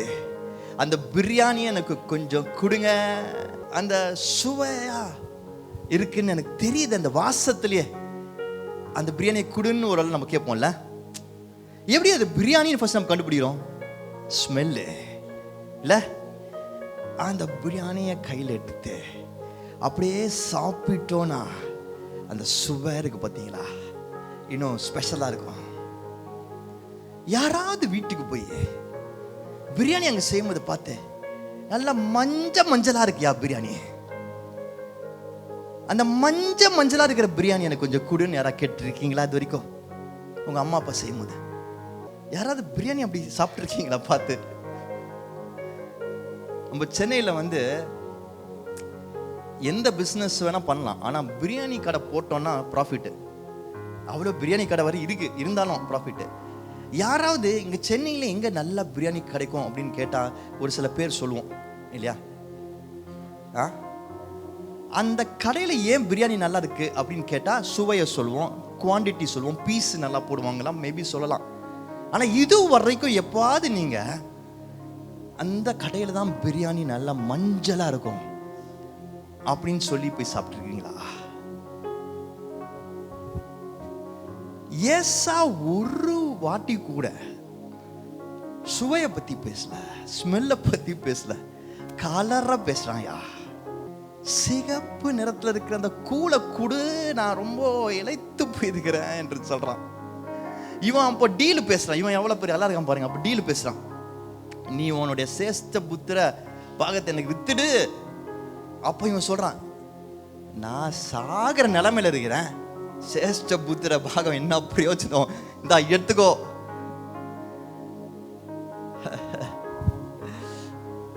அவன் தோற்று போனது பசியால இல்ல,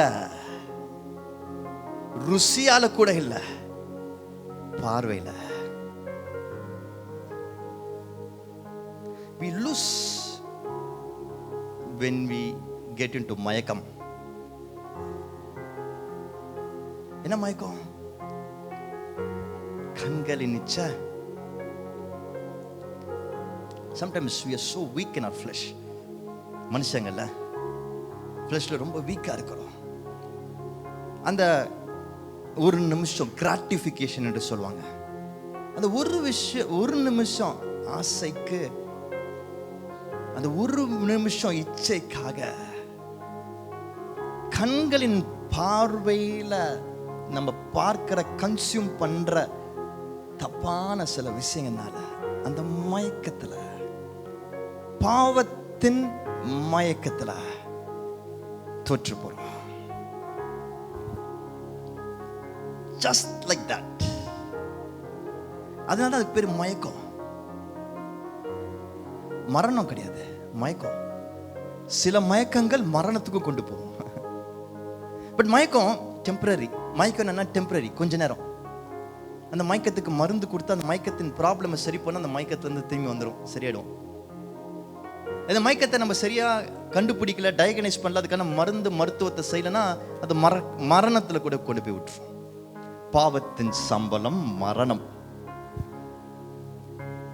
மரணம் வரைக்கும் போக விடாதீங்க உங்க பாவத்தை. மயக்கத்தில் இருக்கும்போது சரி பண்ண கத்துக்கோங்க. ஒரு மயக்கம் வருதா, சுதாரிச்சிருங்க. எடுத்துமா சுதாரிக்கணும். உங்களுக்கு ஞாபகம் வரணும், உங்க உள்ளத்துல தோணணும், கர்த்தர் எனக்கு எவ்வளவு பெரிய திட்டத்தை வச்சிருக்கிறாரு, எவ்வளோ வாய்ப்புகளை வச்சிருக்கிறாரு, என்னை கொண்டு என்னெல்லாம் செய்யணும்னு ஆசைப்படுறாரு. இந்த ஒரு நிமிடம் மயக்கம் எல்லாத்தையும் காலி பண்ணிடுமே என்ற பயம், இந்த பயம் வரலாம். this fear is okay. அந்த ஃபெயிண்ட் வரும்போது this fear is okay. Fear of God. இது எல்லாம் போயிடுமேன்ற ஒரு பயம் வரணும். அந்த இடத்துல பாருங்க, நல்லா பாருங்க, நல்லா கவனிங்க. அந்த வசனத்துல 30ஆம் வசனத்துல இன்னொரு முறை, just read it for me. அப்பொழுது ஏசா யாக்கோபை நோக்கி அந்த சிவப்பான கூழிலே நான் சாப்பிட கொஞ்சம் இளைத்திருக்கிறேன் என்றான். வீக்கா இருக்கும் பொழுதுதான் பிசாசு நம்மள தொடுவான். ஏசப்பா வீக்கா இருந்தாரு 40 நாள். அப்பதான் அவரை டெம்ப்ட் பண்ண ட்ரை பண்ணான். வீக்கா இருக்கும் பொழுது ஸ்ட்ரெங்த் அவருடைய ஜெபமும் வார்த்தையும். நல்லா கவனிங்க, பாயிண்ட்டுக்கு வரேன். இளைத்திருக்கிறேனுக்கு அப்புறம் வேற ஏதாவது இருக்கா அந்த லைன்ல? பிராக்கெட் போட்டு ஏதாவது இருக்கா? இல்லையா உங்க பைபிள்ல? உங்க 2 பேர் பைபிள்ல வேற எதுவும் இல்லையா? இளைத்திருக்கிறேனுக்கு அப்புறம் 30 அவனுக்கு ஏதோ இருக்கு. ஏன் நம்ம படிக்கல? அது பிராக்கெட் போட்டு இருக்காது, பிராக்கெட் போடாமே இருக்கா? சரி, தமிழ் எழுதினவங்க சிறப்பா எழுதி இருக்கிறாங்க. இங்கிலீஷ்ல நிறைய பேர் பிராக்கெட் போட்டு எழுதி இருப்பாங்க. இதனால அவனுக்கு ஏதோம் என்கிற பேர் உண்டாய். ஏதோம்ன்ற பேர் அவனுக்கு வந்து அதான் ஈடோமைட்ஸ் சொல்லுவாங்க. இவனோட ஜாதி. ஓகே, சோ ஏதோம்க்கு அர்த்தம் என்ன? ஏதோம்க்கு what's the meaning of Edom? அப்படியா? சிகப்பா? ஏதோமோட அர்த்தம் ரெட். ஈடம் மீன்ஸ் ரெட், சிவப்பு. இவன் பிறக்கும் பொழுது எப்படி பிறந்தான்னு சொல்லி வசனம் சொல்லுது. 25ல சொல்லுது, 25ல சொல்லுது. 25ல என்ன சொல்லுது? நிறமுள்ளவனாகவும் சிவப்பு நிறமுள்ளவனாக பிறந்தான். சோ இவன் பிறக்கும் போது இவன் சிவப்பு நிறம் உள்ளவனா இருந்திருக்கான். he was red in color. So இப்போ அவன் சிவப்பு நிறமாக பிறந்ததுனால இவனுக்கு ஏதோ சிவப்பு என்று பெயர் வைக்கல. ஆனா சிவப்பு நிறத்துல இவன் பிறந்தனால இவனுக்கு சிவப்பு என்று பேர் வைக்கல. வசனம் சொல்லுது அப்போ வைக்கல அவனுக்கு பேரு. அவன் தோற்று போனான் தெரியுமா? இந்த சிவப்பை பார்த்து தோத்து போனான் தெரியுமா? இந்த சிவப்பு கலரு நல்லா இருக்கும்னு, டேஸ்டா இருக்கும்னு இவன் நினைச்சு அந்த மயக்கத்துல விழுந்தான் தெரியுமா? அப்பதான் அவனுக்கு அந்த பேர் வச்சாங்க. அப்படிதானே சொல்லுது வசனம்? அப்படிதானே சொல்லுது? எதனால வசனம் சொல்லுது? எதனால? இதனால. அந்த எதனால? இந்த சிவப்பு கூளை பார்த்து மயக்கம் அடைஞ்சு தோத்து போனனால தான் அவனுக்கு சிவப்பெண் என்று பேர் வச்சாங்க. ஏதோம் என்ற பேரு அவனை போற்றுகிற பேர் இல்ல, அவன் தோற்று போனதை குறிக்கிற பேரு. அந்த பேரு அவனுக்கு மட்டும் இல்ல, அவனுடைய சந்ததிக்கும் வந்து சேர்ந்தது. The sin, அந்த பாவம், அது ஒரு நிமிஷம் பாவம், அந்த மயக்கம் உங்களுக்கு மட்டும் கெட்ட பேர் கிடையாது, உங்க சந்ததியாக அந்த கெட்ட பேர் தொடரும். உசார எண்ணம், ஜாக்கிரதையா இருக்கணும். இந்த மயக்கம் பயங்கர பவர்ஃபுல்லா தான் இருக்கும். அந்த மயக்கம் ஜஸ்ட் லைக் தட், ஒரு ஃபியூ செகண்ட்ஸ் தான் அந்த மயக்கம், ஒரு நிமிஷம் தான் மயக்கம். ஆனா அந்த மயக்கத்துல விழுந்தனா அது மரணத்துல போய் விழ வாய்ப்பு இருக்கிறது. அந்த மயக்கம், அந்த ஒரு நிமிஷம் மயக்கம் நம்மள சந்ததியாக கெட்ட பேரை இழுத்து விட்டுரும். அதனால அந்த மயக்கம் வர முதல்லாம் நமக்கு ஞாபகம் வரணும், இந்த மயக்கம் கொஞ்ச நேரம் தான், ஆனா அதனால வர கெட்ட பேர், அதுல விழுந்துட்டேன்னா அதனால வர கெட்ட பேரு பல சந்ததி வரைக்கும் போவோன்றது ஞாபகம் வந்து ஒரு பயம் வரும் பொழுது அந்த மயக்கத்திலிருந்து வெளியே வந்துடும். அந்த மயக்கம் வருது தெரியுமா? சில விஷயங்களை பார்க்கும் பொழுது அந்த மயக்கம் வருது தெரியுமா? இரவு நேரத்தில் தனிமையில சில விஷயங்களை செய்யும் பொழுது அந்த மயக்கம் வருது தெரியுமா? சில விஷயங்களை சிந்திக்கும் பொழுது அந்த மயக்கம் வரும் பொழுதே உங்க மயக்கத்துக்கிட்ட சொல்லுங்க, உன்கிட்ட நான் விழுந்து நான் வாழ்நாள் முழுக்க என்னோட அடுத்த சந்ததி வரைக்கும் அந்த கெட்ட பேரை சுமந்துக்கிற எண்ணம் எனக்கு இல்லை, தயவு செய்து போ என்று சொல்லி துரத்தி அனுப்பணும். we don't realize the consequences of sin. பாவத்தின் அதன் அதன் அதன் விளைவுகளை நாம் வாழ்க்கையில உணராதனால தான் பாவத்துல விழுந்துடுறோம், இந்த ஆசையில விழுந்துடுறோம். Let's say I want to lose here. இந்த மயக்கத்துல நான் விழுந்து தோற்று போக மாட்டேன் என்று சொல்லுவோம். கடைசியாக what does the third point say? முதல் பாயிண்ட் என்ன சொல்லுச்சு? You lose when you forget. You lose when you forget. ரெண்டாவது, you lose when you faint. அப்ப மூணாவது என்னவா இருக்கும்? முதல் ரெண்டுல என்ன ஒற்றுமை இருந்தது? F. அப்ப மூணாவது, you lose when you feel fear. You lose when you சொல்லுங்க. You lose when you are feckless. F. சொல்லுங்க எல்லாரும். F. பசிக்குதா? ஹங்கரி வந்து Fல ஆரம்பிக்காது, Hல ஆரம்பிக்கும். ஆனால் அதுக்கு இன்னும் நேரம் வரல. ஸோ அதனால பசியா இருந்தாலும் கொஞ்சம் ஒதுக்கி வச்சிருங்க. F சொல்லுங்க. F E C K L E S. S, feckless. கூகுளில் பார்த்துருப்பீங்க நிறைய பேர். அதுக்குள்ள ஃபெக்லெஸ் என்ன தெரியுமா? ஃபெக்லெஸ் என்ன? ஃபெக்லெஸோட மீனிங் என்ன? பார்த்துட்டீங்களா? பார்த்தவங்க சொல்லுங்க. ஃபெக்லெஸ் என்ன?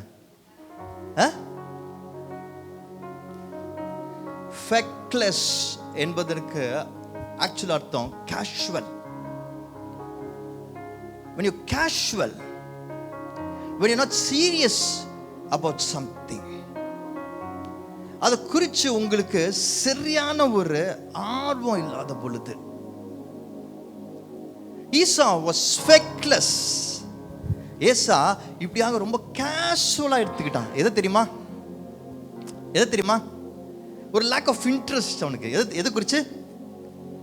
அவனோட சேஷ்ட புத்திர பாகத்தை குறித்து. எப்படி நான் சொல்றேன், நல்லா கவனிங்க. இந்த ஆதி ஆகமத்தில் 25ஆம் அதிகாரத்தில் நம்ம வாசிச்சுட்டு இருக்கிறோம். கடைசி லைனு, கடைசி வசனம் 34ஆம் வசனம். வேகமா வாசிங்க. 34. அப்பொழுது யாக்கோபு ஏசாவுக்கு அப்பத்தை பயற்றங்கூழையும் கொடுத்தான். அவன் புசித்து குடித்து எழுந்திருந்து போய்விட்டான். இப்படி ஏசா தன் சேஷ்ட புத்திர பாகத்தை அலட்சியம் பண்ணினான். அலட்சியம் பண்ணினான். என்ன பண்ணா? அலட்சியம் பண்ணான். அலட்சியம் பண்ணான். He was casual. அதை சீரியஸா எடுத்துக்கலாம. அவன் பாட்டுக்கு மறான், குடிக்கிறான், சாப்பிட்றான், எஞ்சி போயிட்டே இருக்கிறான். நல்லா கவனமா பாருங்க. இப்போ நம்ம finish. இது வேணுன்ற பொழுது, இந்த அந்த ரெட் கலர் கூல் வேணுன்ற பொழுது எவ்வளவு பேசலாம் யாக்கோபு கிட்ட. பா எனக்கு முடியலப்பா, நான் ரொம்ப வீக்கா இருக்கிறேன்ப்பா, எனக்கு கொடுப்பா என்று சொல்றான். அவன் சொல்றான், எனக்கு உன்னோட பர்த் ரேட்டை கொடுத்துரு வித்துருன்றா சொல்றான். அப்ப இவன் என்ன சொல்றான்? பர்த் ரேட் என்னப்பா, நீ எடுத்துக்கோப்பா, நான் சாகிற நிலைமையில இருக்கிறேன்ப்பா. எவ்வளவு பேச்சு பேசுறான், கெஞ்சுறான். என்ன பண்றான்? What was he actually doing there? He was pleading, begging, கெஞ்சிட்டு இருக்கிறான், கெஞ்சுறான். அவங்ககிட்ட சாகிற நிலைமைக்கு தயவு செய்து எனக்கு கொடுன்னு கெஞ்சுறான், பெக் பண்றான். அது வேணுன்ற பொழுது அவ்வளவு கெஞ்சுறவன், அது இப்போ போயிடுச்சுன்ற பொழுது சாப்பிட்ட பிறகு அதை பத்தி கவலையா படல. அவன் பாட்டு எஞ்சி போயிட்டே இருக்கான், ஒரு வார்த்தை கூட பேசல. You know what? பாவம் இருக்கு தெரியுமா? சின் இருக்கு தெரியுமா? அதோட பயங்கரமான தன்மை நம்ம நிறைய நேரத்தில் யோசிக்கிறது கிடையாது. எப்படியாவது நம்ம லைஃப்ல எங்கேயாவது வந்து விழ வைக்க ட்ரை பண்ணுவான். நம்மளும் மாமிசமா இருக்கிறனால ஒரு சிறு மயக்கத்தினால விழுந்துருவோம், சில விஷயங்களை தவறிடுவோம். It's important. நவ் முக்கியமான விஷயம், தவறும் பொழுது பிசாசு நம்ம வாழ்க்கையில் என்ன பண்ணுவான்னா ஒரு ஃபெக்லெஸ் ஆட்டிடியூட் கொண்டு வருவான். எப்படி? ஃபேக்லெஸ் ஆட்டிடியூட், அதாவது கவலைப்படாத ஒரு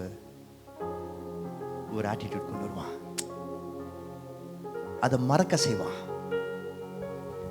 நீங்க பாவத்தை திரும்ப திரும்ப செய்யும் பொழுது சொரணை இல்லாம போயிடும். என்னாவும் கவனிச்சிருக்கீங்களா?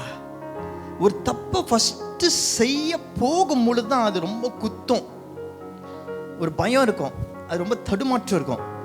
ஆனா தப்பை செஞ்சுட்டே இருக்கும் பொழுது சொரணையா இருக்காது, அது குறித்த எந்த உணர்வும் இருக்காது. டிஃப்ரெண்ட் ஸ்டேஜஸ் தான். ஆனா நீங்க எப்போ தப்பிக்க முடியும்? தப்பு செஞ்ச பிறகு கூட, விழுந்துட்ட பிறகு, தெரிஞ்சு செய்யறது சொல்ல, ஏதோ ஒரு மயக்கத்துல விழுந்துட்டீங்க, மயக்கத்துல அதுல விழுந்துட்டீங்க.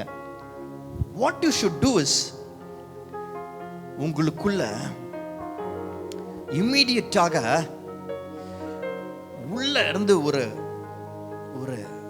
ஆர்வம் வரணும், ஒரு சீரியஸ்னஸ் வரணும், ஒரு பதற்றம் வரணும். நம்ம தப்பு செய்கிறோம், நம்ம தப்பு செஞ்சிருக்கிறோம், நம்ம பாவம் செய்கிறோம், நம்ம பாவம் செஞ்சிருக்கணும், இதுலேருந்து வெளியே வரணும். இது எனக்கு வேண்டாம், இது எனக்கு பிடிக்கல, இது தப்பு, இது பயங்கர மோசமானது, இது கர்த்தருக்கு பிரியமில்லாத காரியம், இது கர்த்தர்கிட்ட எனக்கு கொண்டு போயிடும் அப்படின்ற சொல்லி ஒரு மனம் கசந்து என்று சொல்கிறாங்க. மனம் கசந்து, you will want to get out of it immediately. Esau என்ன செஞ்சிருக்கணும்? அது செஞ்ச உடனே அவனுக்கு அந்த மனசுல ஒரு வேதனை இருந்திருக்கணும், ஒரு ரிப்பன்டன்ஸ் இருந்திருக்கணும். அவனுக்கு ரிப்பன்டன்ஸ் அங்க இல்ல, கேஷுவலா எஞ்சி போயிட்டான். மன்னிப்பு இல்ல, அவன்கிட்ட மன்னிப்பு கேட்கிற அந்த இதே இல்ல. அவன் உடனே அவன் யாக்கோபு கிட்ட பேசணும், ஐயோ தெரியாம செஞ்சுட்டேன்டா, பசியில செஞ்சுட்டேன்டா, இதனால செஞ்சுட்டேன்டா, விழுந்துட்டேன்டா, என்னை மன்னிச்சிடுறா, தயவு செய்து இந்த பர்த் ரைட்டை மட்டும் கேட்காதுடா, தயவு செய்து நான் அந்த ஒரு செகண்ட்ல நான் விழுந்துட்டேன்டா, நீ என்னதான் நான் அண்ணன்டா, டே எனக்கு இந்த அதிகாரம் கொடுத்துருக்காங்கடா, எனக்கு இந்த பொறுப்பு இருக்குடா, அப்பா என்னை நம்புவார்றா, ரொம்ப அப்பா என்ன ரொம்ப நம்புறாரா, தயவு செய்துடா என்று சொல்லி அவன் நியாயமானவனா இருந்திருந்தா, இது பாவம் என்று அவனுக்கு தெரிஞ்சிருந்தா அவன் அதை செஞ்சிருக்கணும். ஆனா அவன் அதை செய்யல. அவன் கேஷுவலா எஞ்சி போறான். நல்லா கவனிங்க, அவன் கேஷுவலா எஞ்சி போனது அது அவன் என்ன ஆயிடுச்சு? அவனுடைய நிரந்தர பாவம் ஆயிடுச்சு. அதனாலதான் அவன் தோற்கடிக்கப்பட்டான். இங்க மயக்கத்துல தோல்வி அடைஞ்சான், ஆனா அதுக்கப்புறம் தோற்கடிக்கப்பட்டான். அதோட நிறுத்தல. நம்ம வாசிக்கிறோம், அதுக்கு முன்னாடி தோற்கடிக்கிறது 27ஆம் அதிகாரத்துல வரும். ஆனா 26ஆம் அதிகாரத்துல வேற ஒரு விஷயம் நடக்கும். அவன் புறஜாதியரை கல்யாணம் பண்ணிக்கிறான். அந்த புதிய ஜாதியரை கல்யாணம் பண்றதுனால அவனோட அப்பாவும் அம்மாவும் அவனை குறித்து ரொம்ப வேதனைப்பட்டாங்கன்னு சொல்லியிருக்கு, எழுதியிருக்கு. The parents were so upset. இவன் ஒரு தவறான பெண்ணை கல்யாணம் பண்றது அவங்க பேரண்ட்ஸ்க்கு ரொம்ப கஷ்டத்தை கொடுக்குது. ஏன் இப்படி மாறினா? இங்க அவன் சரி செஞ்சிருந்தானா இந்த மாதிரி தப்பான காரியத்தை பண்ணி அவங்க பேரண்ட்ஸ்க்கு அவன் அவமானத்தை கொண்டு வந்திருக்க மாட்டான், அடுத்ததுல தோற்கடிக்கப்பட்டிருக்க மாட்டான். நல்லா கவனிங்க, ஒரு சிறிய தவறு என்று சொல்லி நீங்க நினைக்கலாம், ஒரு நிமிஷம் மயக்கம் தானே என்று சொல்லி நினைக்கலாம், ஒரு சின்ன பார்வை தானே என்று சொல்லி நீங்க நினைக்கலாம், ஒரு ஃப்ளீட்டிங் சிந்தனை தானே என்று சொல்லி நீங்க நினைக்கலாம். ஆனா அந்த மயக்கத்துல நீங்க விழுந்துட்டீங்கன்னா, அதை குறித்து உங்களுக்கு ஒரு மனக்கசப்பு, மனம் திருந்துதல் இல்லைன்னா, அது உங்களை பெரிய தோல்விகளை கொண்டு போய் விட்டுரும், பெரிய பாவியா ஆக்கிடும். கடைசி வரைக்கும் ஏதோம் என்றுதான் நீங்களும் உங்க சந்ததியும் அழைக்கப்படுவீங்க. இன்னைக்கு இப்போ we have a God who is so merciful. ஆண்டவர் இரக்கம் நிறைந்தவர், மன்னிக்கிறவர். அவர் மன்னிக்கிற தேவன், நம்மளை நேசிக்கிற தேவன். அவர் மாதிரி வேற யாராலையும் நம்மளை நேசிக்க முடியாது. No one else can love us like him. நம்ம எல்லாரும் ஃபர்ஸ்ட் தெரிஞ்சுக்க வேண்டிய விஷயம், மற்றவங்களை குறை சொல்றதை விட்டுட்டு, நான் ஏன் தெரியுமா இந்த மாதிரி அண்ணன் மற்றதுல அந்த பிளேமை போடுறதை விட்டுட்டு, நம்ம மயக்கத்தை நம்ம உணர்ந்து, நம்ம பாவத்தை நம்ம அறிந்து, நம்ம குற்றங்கள் குறைகளை அறிக்கையிடுவோம் என்றால், இயேசுப்பா இப்படியாக நான் குறைவுகள் குற்றங்கள் ஆண்டவரே, மயக்கத்தினால் ஆண்டவரே, but I don't want to be there Lord. நான் தப்பு செஞ்சுட்டேன், விழுந்துட்டேன் மயக்கத்தில். பட் ஆனால் அங்கே இருக்க எனக்கு விருப்பம் இல்லை ஆண்டவரே. இந்த வாழ்க்கை வேண்டாம் ஆண்டவரே. சந்ததியாக அந்த கெட்ட பேர் வேண்டாம் ஆண்டவரே. I want to come out of it lord. அந்த பாவத்திலிருந்து என்னை எடுங்க ஆண்டவரே என்று சொல்லி நம்ம ஒப்பு கொடுப்போம் என்றால், எல்லாவற்றையும் சிலுவையில் ஜெயித்த அவர் நம்மளை ஜெயிக்க செய்கிறவராக இருக்கிறார். இந்த காலை நேரத்தில் நம்ம ஒப்பு கொடுப்போமா? I feel the presence of the Lord in this place. அந்த மன்னிக்கிற தேவன், மறக்கிற தேவன் இந்த இடத்துல இருக்கிறத நான் உணர்றேன். அவருடைய சிலுவை, அந்த மரணத்தை நான் உணர்றேன். அந்த உயிர் தெழுதலை உணர்றேன். அவர் என்னை நேசிக்கிறத உணர்றேன். எனக்காக கரங்களை நீட்டி காத்து கொண்டிருக்கிறத உணர்றேன். அவர் பேசுறத நான் உணர்றேன். மகனே மகளே, இந்த மயக்கத்தில் இருக்காத, தோற்று போகாத. நீ தோற்க அழைக்கப்பட்டவன், பிறந்தவள் இல்லை, நீ ஜெயிக்க பிறந்தவன். நீ ஜெயிக்க. I want you to win in every area of your life. உன் வாழ்க்கையில் எல்லா இடங்களையும் நீ ஜெயிக்க வேண்டும் என்று சொல்லி தான் எனக்கு ஆசையாக இருக்கு. என் மகனே மகளே, நீ வேலையில் ஜெயிக்கணும், நீ உன் வீட்டில் ஜெயிக்கணும், நீ உன் ஊழியத்தில் ஜெயிக்கணும், நீ இந்த சிட்டியில் ஜெயிக்கணும், எல்லாவற்றிலும் நீ ஜெயிக்கணும். அதுதான் என்னோட வாஞ்சியாக இருக்கு மகனே மகளே என்று அவர் சொல்றது எனக்கு கேட்குது. நம்ம எல்லாரும் ஒரு விஷயம் எழுந்து நின்று கண்களை மூடி, ஏசப்பா எங்களுக்காக நீங்க ஜெயிச்சிங்க ஆண்டவரே, அந்த ஜெயத்தை இப்பொழுது எங்களுக்கு சொந்தமாக்குங்க என்று சொல்லி ஜெபிப்போமா? As we pray this prayer, இந்த ஜெபத்தை நம்ம செய்யும் பொழுது இந்த இடத்துல அசைவாடுகிற அந்த பரிசுத்த ஆவியின் பிரசன்னம் நம் மயக்கத்திலிருந்து, இந்த பாவத்திலிருந்து நம்ம விடுதலை ஆக்கி நமக்கு ஜெயத்தை கொடுக்கும். Victory in the name of Jesus. ஜெயம். அந்த ஜெயம் தான் நம்மளோட பர்த் ரைட். நம்முடைய சேஷ்ட புத்திர பாகம் என்ன தெரியுமா? இந்த உலகத்தின் சொத்து கிடையாது, இந்த உலகத்தின் பணம் கிடையாது. இயேசு கிறிஸ்து எனக்காக சிலுவையில எடுத்த அந்த ஜெயம், அதுதான் என்னுடைய சேஷ்ட புத்திர பாகம். எதற்காகவும் அதை விட்டு கொடுக்க மாட்டேன் ஏசப்பா. For nothing I will lose it. எதுக்காகவும்? இந்த உலகத்தின் இச்சைக்காக, உலகத்தின் ஆசைக்காக, அந்த ஒரு நொடி ஒரு நிமிஷம் மயக்கத்திற்காக. No Lord, never will I leave it. I know I won't forget what you have for me. I won't faint. I will not be feckless. ஆண்டவரே என்னை தூக்கி எடுங்க ஆண்டவரே. அப்பா தூக்கி எடுங்க ராஜா. மனம் கசந்து ஆண்டவரே, இதுல விழுந்தவர்கள் மனம் கசந்து இப்பொழுது உள்ளத்தை நீங்க ஊற்றும் பொழுது, தேவனுடைய சமூகத்தில் ஊற்றும் பொழுது, இயேசுப்பா என்னை மன்னிங்க என்று சொல்லும் பொழுது, forgive me Lord என்று சொல்லும் பொழுது, நீ சிலுவையில் சிந்தின அந்த ரத்தத்தினால எங்களை கழுவுங்க என்று சொல்லும் பொழுது, he is good to forgive. அவன் மன்னிக்கிறவராக இருக்கிறார். நீங்க உள்ளத்தின் ஆழத்திலிருந்து கேட்கணும். அதுதான் இப்பொழுது உள்ளத்தின் ஆழத்தில் நீங்க ஒப்பு கொடுத்து கேட்பீர்கள் என்றால், மனம் கசந்து நீங்க செய்ததை தவற உணர்ந்து மனம் கசந்து கேட்பீர்கள் என்றால், you will see the blood of Jesus Christ washing you and cleansing you right now. இப்போ உங்களை விடுதலை ஆக்குறத நான் பார்க்கிறேன். I know God is healing so many of us here. நம்ம குற்ற உணர்வுகளிலிருந்து விடுதலை ஆக்குறத பார்க்கிறேன். பிசாசு வைத்திருந்த தோல்விகளிலிருந்து நமக்கு ஜெயத்தை கொடுக்கிறத பார்க்கிறேன். லார்ட் ஆண்டவரே என்னை விடுதலை ஆக்குங்க ஆண்டவரே.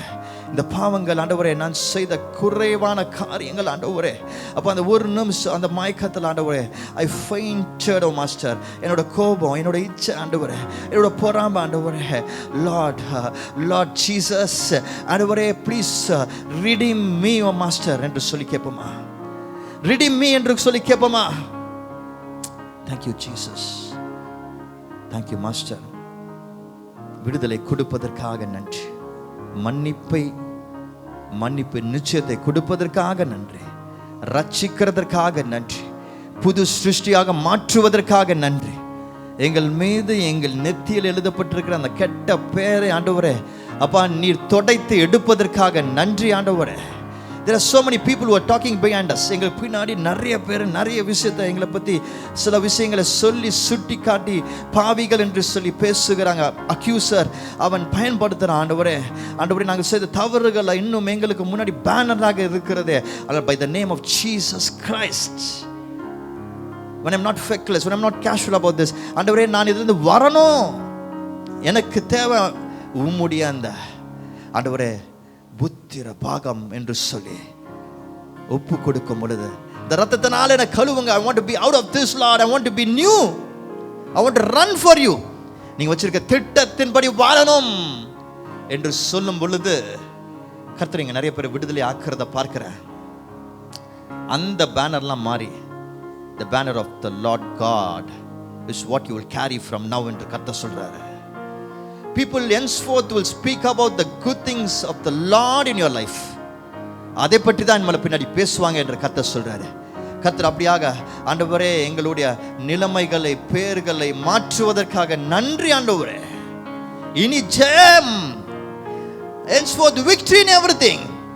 People are going to see the work of the Lord in our hands. நாம் செய்கிற ஒவ்வொரு காரியங்களும் இனிமேல விக்டரியா இருக்க போகிறது. வேலையில, ஊழியத்துல, வாழ்க்கையில எல்லாமே ஜெயமா இருக்க போகிறது, எல்லாமே விக்டரியாக இருக்க போகிறது. அப்படி விக்டரியாக இருக்கும் பொழுது நமக்கு இருந்த கெட்ட பேர்கள் காணாமல் போக போகிறது. Hereafter not shame, no more shame. அவமானங்கள் கிடையாது, இனிமேல ஜெயம் என்று கர்த்தர் சொல்கிறார். அவமானத்தோடு இருக்கிறவர்கள் கர்த்தர் சொல்றார், God is speaking into your life right now. இனிமேல் அந்த அவமானங்கள் கிடையாது, இனிமேல் ஜெயம் என்று கர்த்தர் சொல்றாரு. இனிமேல் people will see the victory. நான் சிலுவையில் எடுத்த அந்த victory உங்க வாழ்க்கையில ஒவ்வொரு ஏரியாலையும் people பார்ப்பாங்க. People will see how God is growing your ministry. People will see how God is growing your business. People will see how God is growing you in your career. People will see how God is growing you in your family. They will see God all over. கர்த்தர் எல்லாத்தையும் பார்ப்பாங்க உங்க வாழ்க்கையில. அதனால உங்களுடைய பேர் ஏதோம் என்ற பேர் மாறும். God is saying the name Edom will change. நன்றி ஆண்டவரே, இப்படியாக நீங்க செய்த காரியங்களுக்காக நன்றி, உங்களுடைய ஆசீர்வாதங்களுக்காக நன்றி, வார்த்தைக்காக நன்றி. நாங்கள் கற்றுக்கொண்டதை பின்பற்ற பயன்படுத்த உதவி செய்யுங்க. இயேசு நாமத்தில் ஜெபிக்கிறேன் நல்ல பிதாவே, ஆமென்.